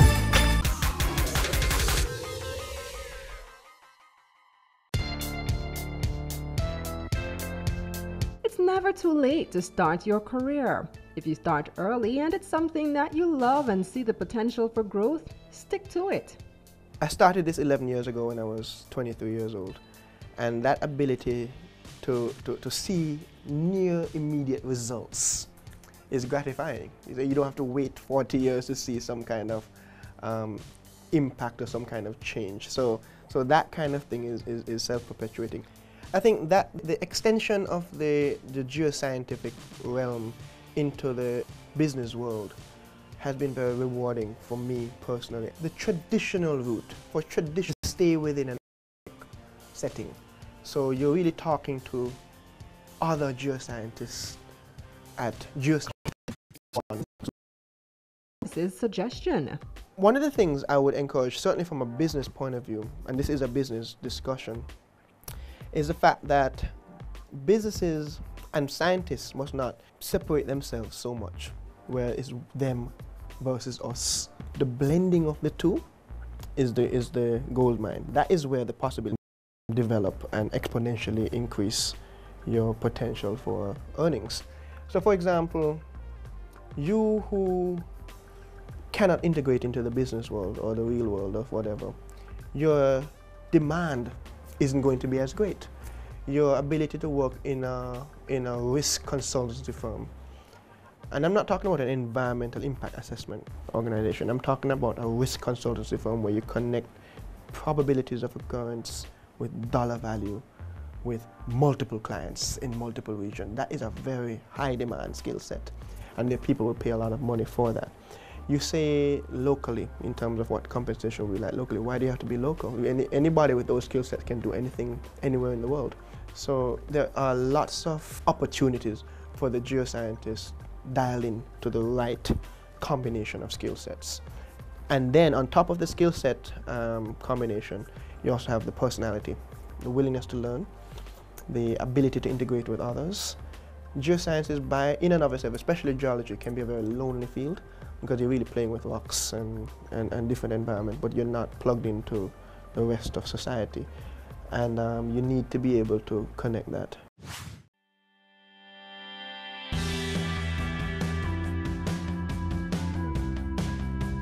The advice I would give to young people coming up in their career as a geoscientist, my perspective is from the point of view of geosciences as a business. And anyone from any high school, they may or may not want to necessarily follow the geo route. But when you talk about, everybody wants to be a doctor. We work with so many doctors here, it's not funny. Chick-V, Ebola, all of those things, we were involved in those types of projects. Right now we're deep into chronic disease mapping, so diabetes, hypertension, and obesity. We're doing work on that. Remember, we have JamNav. We know where every single gym, we know every single fast food places, and we know where every single community park is in Jamaica. So we know where the opportunities for fitness versus unfitness would be as it relates to chronic disease. So in other words, geosciences is everywhere. So if you can incorporate a component of the geosciences into medicine, or into computer sciences, or into mathematics, everything here connects, and there's a way to connect it. The working hours, standard 9 to 5, but to the real passionate geoscientists, working hours is wake up till you go to sleep. You can do anything else in between, but you're always thinking. There's always something that you will see on CNN. I wonder if we could do that. You know, that is where your inspiration comes from. My inspiration for JamNav came from Need for Speed, you know, on PlayStation, right? So you're playing your game, you're playing these games and you understand how this could be brought into the real world. So if I know where everything in Jamaica is, I still know there's a corner coming up, so I must slow down. I still know how sharp that corner is. I'm stuck in traffic. I wonder where that road leads. I can know that. I don't need to take out my cell phone and go run up my data charger or anything like that. It's already there.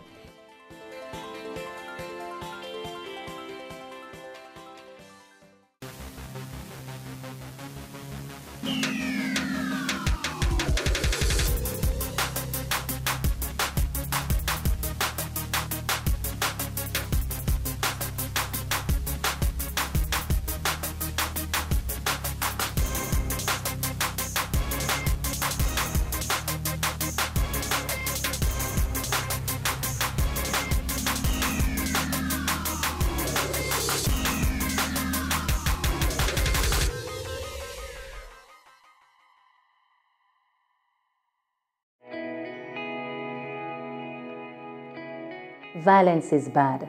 Violence against our innocent little children is terrible. Pretending not to notice when we know or suspect that a child is suffering is awful and morally wrong. In the words of the great Nelson Mandela, there can be no keener realization of a nation's soul than the way in which it treats its children. Think about that for a second. I have a voice. It's one of my gifts. I intend to use it on behalf of our children. No more violence against our children. Make your move to stop violence against our children right now. No more. No more. No more.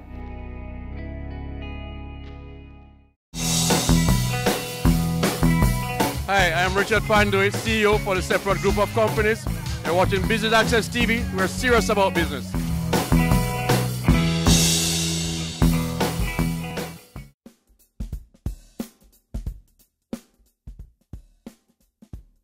On this, our final episode of The Good Life, I'm here at the beautiful Hope Gardens, a place where you can unwind and relax. Today, we will recap the past 12 episodes in the hope that you have attained a healthier lifestyle. I'm your host, Amita Prasad Webb.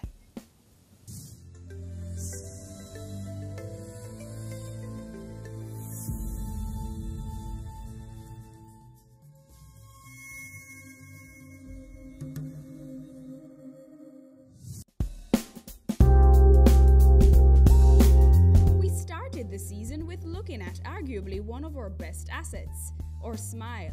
We discussed oral health with Dr. Melissa Green-Pow from Sylvan Family Care. Check out my tooth cleaning experience.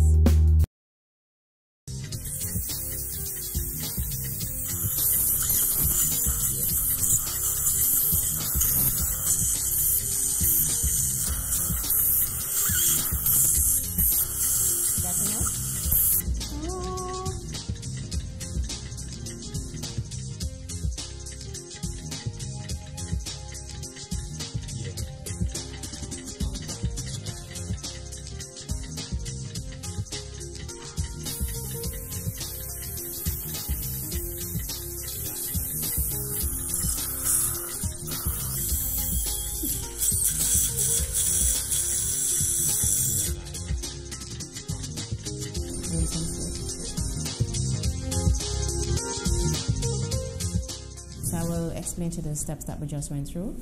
The first part was the electronic scaling. We use a Cavitron where we go around each tooth, right, to the entire mouth. After that, what we did was a hand scaling, because sometimes the Cavitron is unable to go in between the teeth. So if there's any buildup, what we call tartar or plaque or calculus, we use a hand scale and literally go through every single teeth and actually get all that out. Then we floss. So we floss and get anything that we're unable to reach, floss that out. Then we do polishing. So we go through what look like a little toothbrush. So we go and polish the entire, that get rid of soft plaque that is on the surface of the teeth, all over the surface of the teeth. And it also it has fluoride in it, so it's fluoride releasing. Fluoride, what it does, it strengthens the teeth, the enamel of the teeth. So that's the purpose of the fluoride, really. You find that actually in water in Jamaica and in salt in Jamaica. You have fluoridated salt, and our water is actually fluoridated. So you can look out for fluoridated salt on over the counter and start using that. It helps to give kids fluoride. There's a very familiar problem that affects many women of the reproductive age. Let's recap uterine fibroids with Dr. Milton Hardy. Hello, Dr. Hardy. How are you? Dr. Hardy, I've heard all about your work on fibroids in women, and you'd be the perfect person to talk to on this week of The Good Life. First of all, how did you get started? Why fibroids in women? Well, fibroids are 3 to 9 times more common in black women than in whites. And with our population being more than 90% from African descent, it stands to reason that we would have many women with fibroids, and many of these women would have symptomatic fibroids. So there is indeed a great need for treatment modalities to be developed for the treatment of these women. Talk to us about fibroids. What exactly are fibroids? To understand the whole thing about fibroids, we first have to talk about where fibroids are found. Right. Fibroids are found in the womb. The womb is a muscular organ in the pelvis, behind the bladder, and in front of the rectum. Essentially, it is the organ which bleeds every month for the menstrual cycle in women in the reproductive age group. Its main function, and probably only function, is to bear children. Fibroids now occupy this womb. Again, the womb is a pear-shaped organ, and you could have fibroids in any part of this organ. Fibroids grow during the reproductive years, that is, the years that you're having your period. Okay.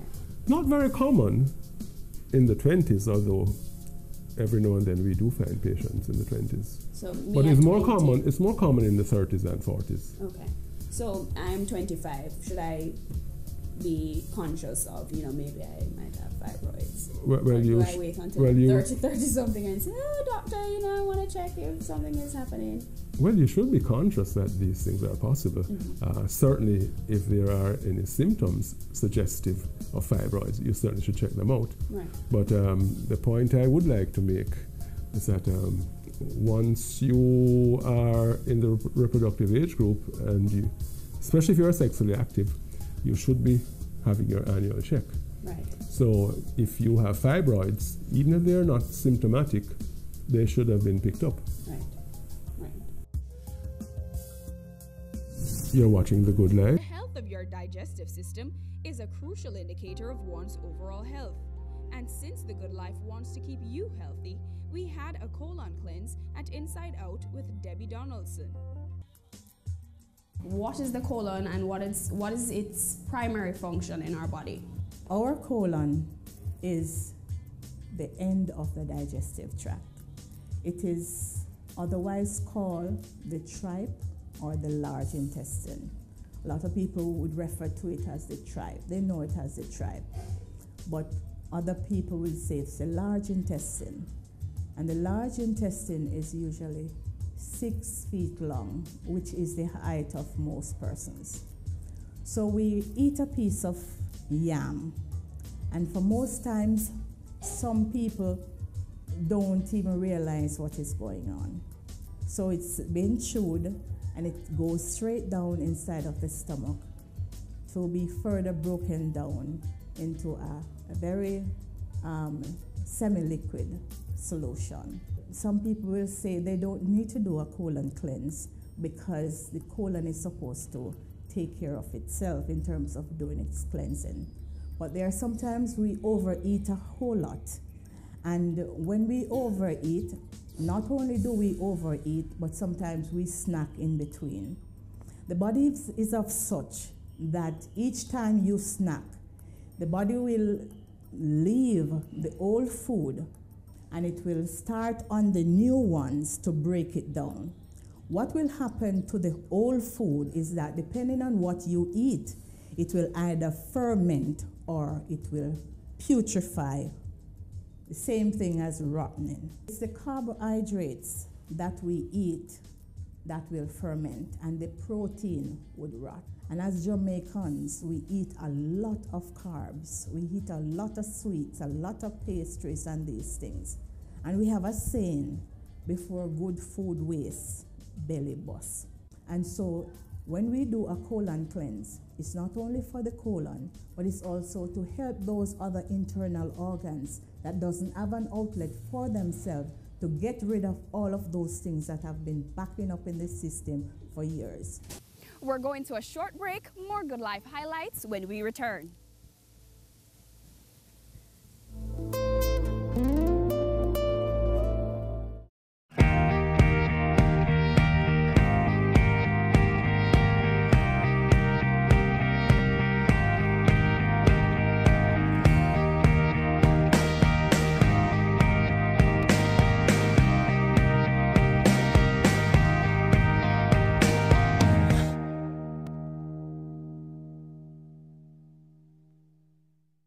As the end of the year draws nigh and the celebrations begin, let us add some magic to the festivities with our BATV Christmas mix. Why settle for blah when you can have fa la la la la? 60 advertising spots, 10 cross spots.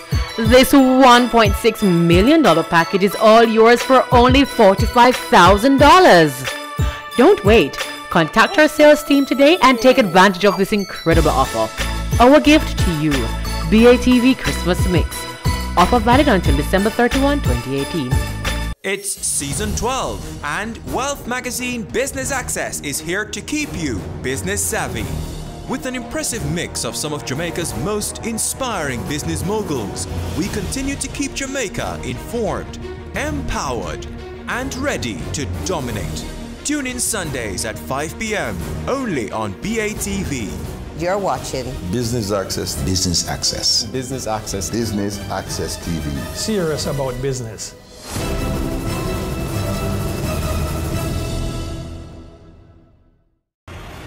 This is Weekend Business Report. Economic windfall, unsecured loans, alleged corruption, follows the closure. If they made this investment, brokers strive to increase revenues. He sought some answers. Financial meltdown. Here are the week's final numbers. Here's Garth, News Roundup. Camille, it's back to you. That's Weekend Business Report with me, Keneal Gale, Saturdays and Sundays.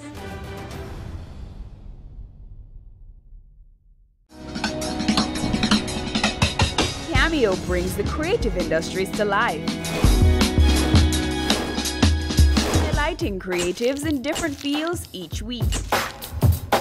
Art. My life turns art. I breathe, I eat art. Fashion. Food. Without a customer, we're nothing but four walls. Music. Film. Cameo, only on Business Access TV.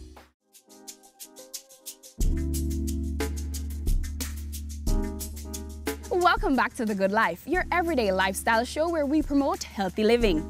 It's our last episode of Season 2 and we're highlighting all of the topics that we shared with you. It is said that we are what we eat, that we feed our mind, body, and even our spirit with what we consume. We talked food for episodes 7 and 8 in the form of nutrition therapy with nutrition therapist Stacey Aiken. So I know that health and nutrition is your thing. Talk to us about what exactly is nutrition therapy. Okay, so nutrition therapy really is using an evidence-based approach to maximize a person's health potential.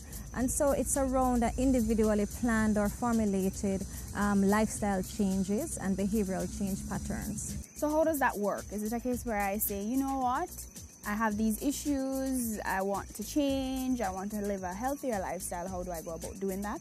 Okay, so it can happen like that, where someone will already have identified their health concerns or their areas of weakness. And, you know, some people just want to live a healthier lifestyle. Some people want to lose weight. There are others who know they're trying to eat well, but they're not sure how to go about doing it. In some cases, some people have a lifestyle illness, such as diabetes or hypertension, high cholesterol. The doctor has told them that they need some nutrition advice, and so they would seek out a counselor like me. We're going to be doing black beans, but we're going to be doing black beans as a burger or a patty. You could actually do this in a couple different ways. You could do it as meatballs, you could form it into balls, or you could even do a stew. But today I'm going to be doing black beans as a beef patty or a beef patty alternative for like a burger, or for a wrap, or just on a salad or anywhere else. The retreat was free just to be, and it was eye-opening, was life-changing, I must say. There were things there that Stacey demonstrated and talked about that I've never even thought about ever. Things about different foods that we have in Jamaica that you can actually add to a salad. For example, raw callaloo leaves. Who adds callaloo leaves just to a salad like that? Normally we have lettuce, cabbage and carrot, right? But so she explored food, Jamaican food, and I thought that was good.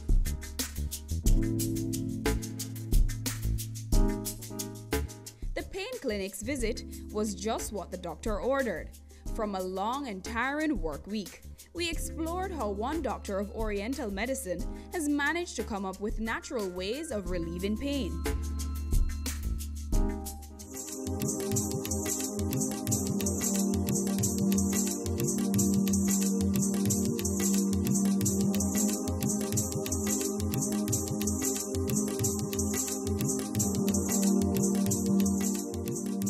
So typically when we start off with relaxing your muscles, right? So lying down on a heating pad like this helps your muscles to relax. We also do the deep tissue massage segment. So we work on your back, upper back and neck, and then deeply relax and release muscles throughout your body.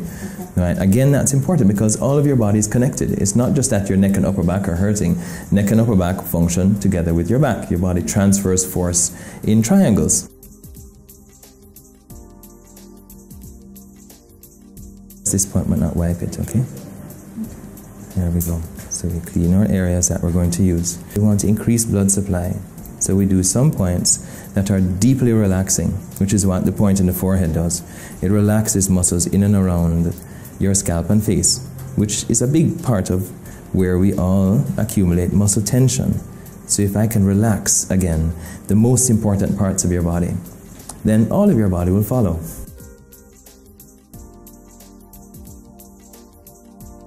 Acupuncture is a 3-year to 5-year course of study.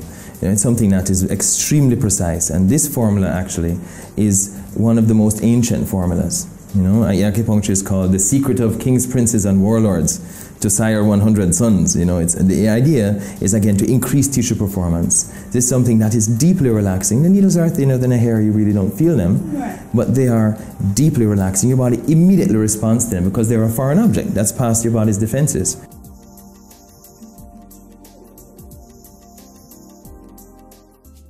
We visited the Heart Foundation of Jamaica, where we discussed obesity with Dr. Paul Wright. So what's the difference between being obese and overweight? I know a lot of people are a little bit confused about that. Very important question, and we should start by determining exactly what is obesity. We use what we call the BMI, which is a formula that measures the amount of fat in the body. The formula is an easy formula to remember, hard to work out. It is your weight in pounds divided by your height in inches multiplied by 703. Okay?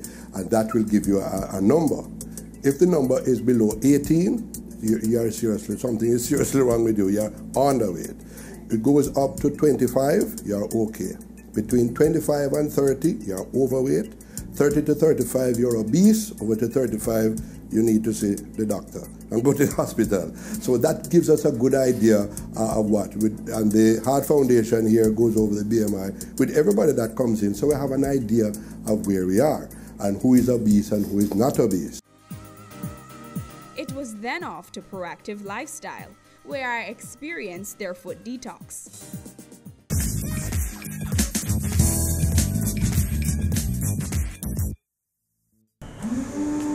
Hi, Natasha. Hi, I'm Nita. And you'll be doing my foot detox? Yes, I will. All right, so what am I supposed to do first? You can have a seat here. Have a seat, okay.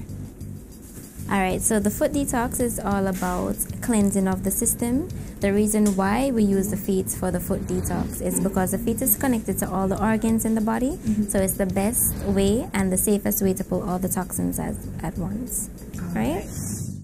I'm going to place some hot water in the pan to make it lukewarm. What the warm water does is open the pores in the feet to help the toxins to flow. Also, I'll place a little sea salt. The sea salt is what helps to pull the toxins. It helps the array to pull the toxins from the body. You won't really feel anything much. Some persons say they feel a little tingling sensation, but you won't really feel anything at all. You'll only see the water starting to change depending on where in your body the toxins are coming from. So each area sends off a specific color. Each time you come and do a detox, you'll return the chart so that we can jot down your reading for the day. Right? This is the ionic device that we'll be using to do the detox. It has 3 attachments. One in which is the array magnet itself, which is activated by the sea salt. The other is for the waistband that will get warm. What the waistband does is help relax you and help with the flows of the toxin down to the feet. And then we also have a wristband. This one just monitors your pulse. Okay.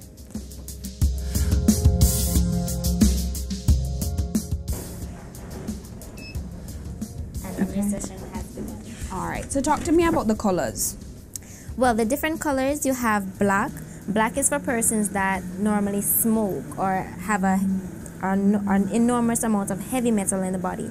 Heavy metal is basically caused from pollution due to smoking, gas fumes, or etc.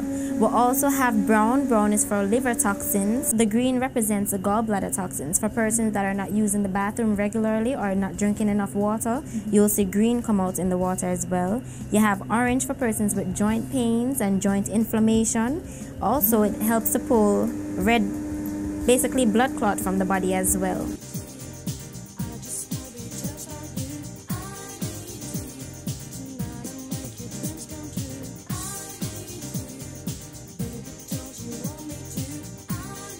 Stick and stay. We're going to our second break. More Good Life right here at Hope Gardens when we return.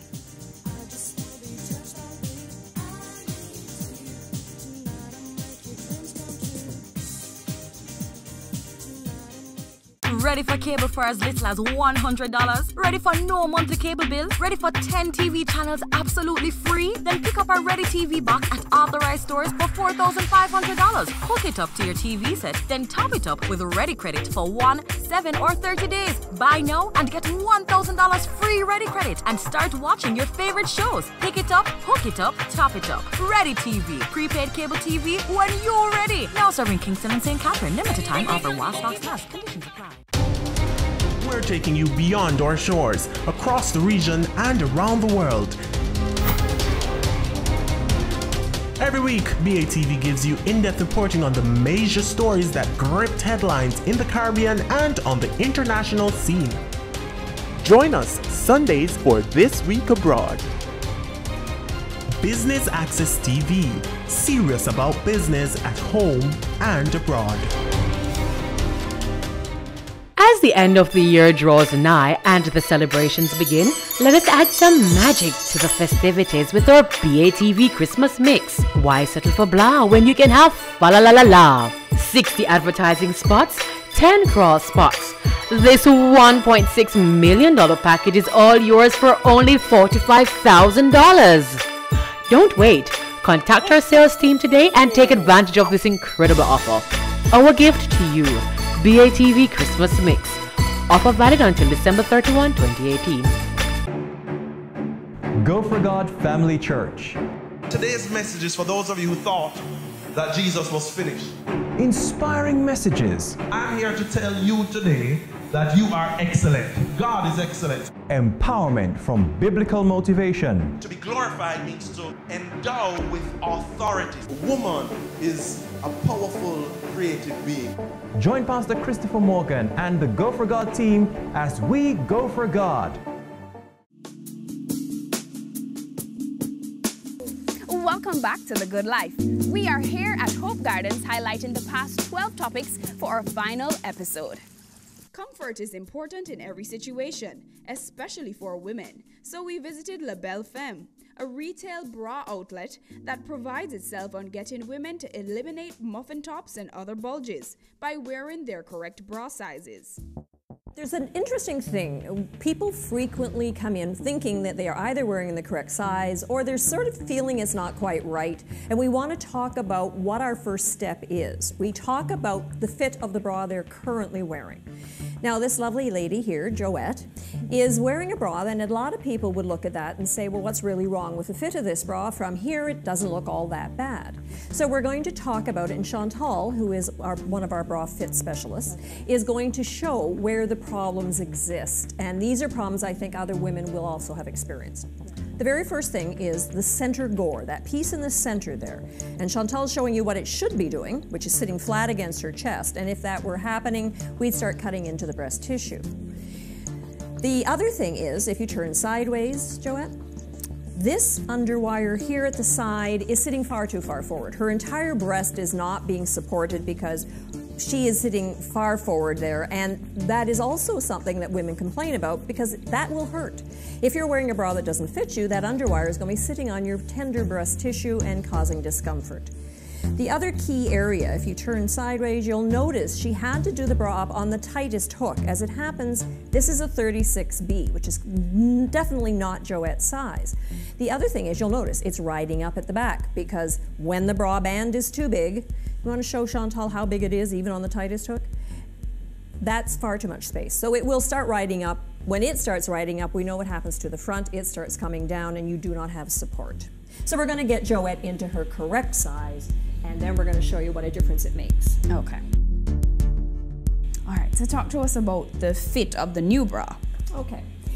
The big difference you'll see right away is that center gore, the piece in the center, is now sitting flat against her rib cage, and that is giving her much better support. And if Joette will turn sideways, you will also notice now the underwire is going right back against her rib cage. And if Chantal pushes in, that is not breast tissue anymore, that is rib cage. The other thing that you've missed is how she put it on. When she puts the bra on, she ensures that she goes right back to the underwire. You'll also notice where the bra is done up. When you buy a new bra, it should always be on that first set or loosest set of hooks. That is because they give you those 3 sets of hooks, so as the bra stretches, and they all do, no matter how much you pay for them, you can keep moving over. When you get to the last row of hooks, and the bra is now too loose. We looked at the benefits of martial arts, as well as the different physical activities that the Iron Lotus Academy of Martial Arts offers. Sifu is the term for instructor or teacher in Chinese Kung Fu. Okay, so you're a teacher. Right, I'm a teacher. Talk to me about your programs here at the Iron Lotus. Okay, here at Iron Lotus Academy of Martial Arts, we have many programs for children, adults, seniors also. You can do, we start as young as 4 years old with the children, Mondays to Thursdays, and we do traditional Chinese Kung Fu, Chinese weaponry, and light contact sparring for the children. We have a Fit Like a Fighter package for adults, which is a fitness program that's based around martial arts techniques. So we use a lot of exercises, kickboxing training, weight training, body weight training, cardio, and then we have technique-based classes that are martial arts technique classes. You do kickboxing training, so you actually learn how to fight. You learn traditional Chinese Kung Fu, you learn weaponry. We have self-defense workshops that we do, so we teach you how to defend yourself on the street against attackers with knives, guns, somebody's grabbing you, somebody's trying to attack you while in your car, all the different programs. I bet some of you didn't know that keeping orchids is actually good for your health. We talked orchids with Claude Hamilton of Hamlin Orchids. Why a greenhouse for orchids? Because we have to have them in a special environment where light is controlled. Give us a walkthrough. What's happening here in the greenhouse? Okay. We have a few young dendrobiums here, and we're not necessarily laid out here in any scientific fashion. These are some of our hybrids, Vanda Jamaica Pixie. Although they have the exact same parents, they come in a variety of different colors. And one of the good things about this particular hybrid is that they'll flower several times a year. So do you have black orchids? Do those exist? Black orchids or almost black orchids do exist. Though on very close examination there might be a very dark purple or something like that. Okay.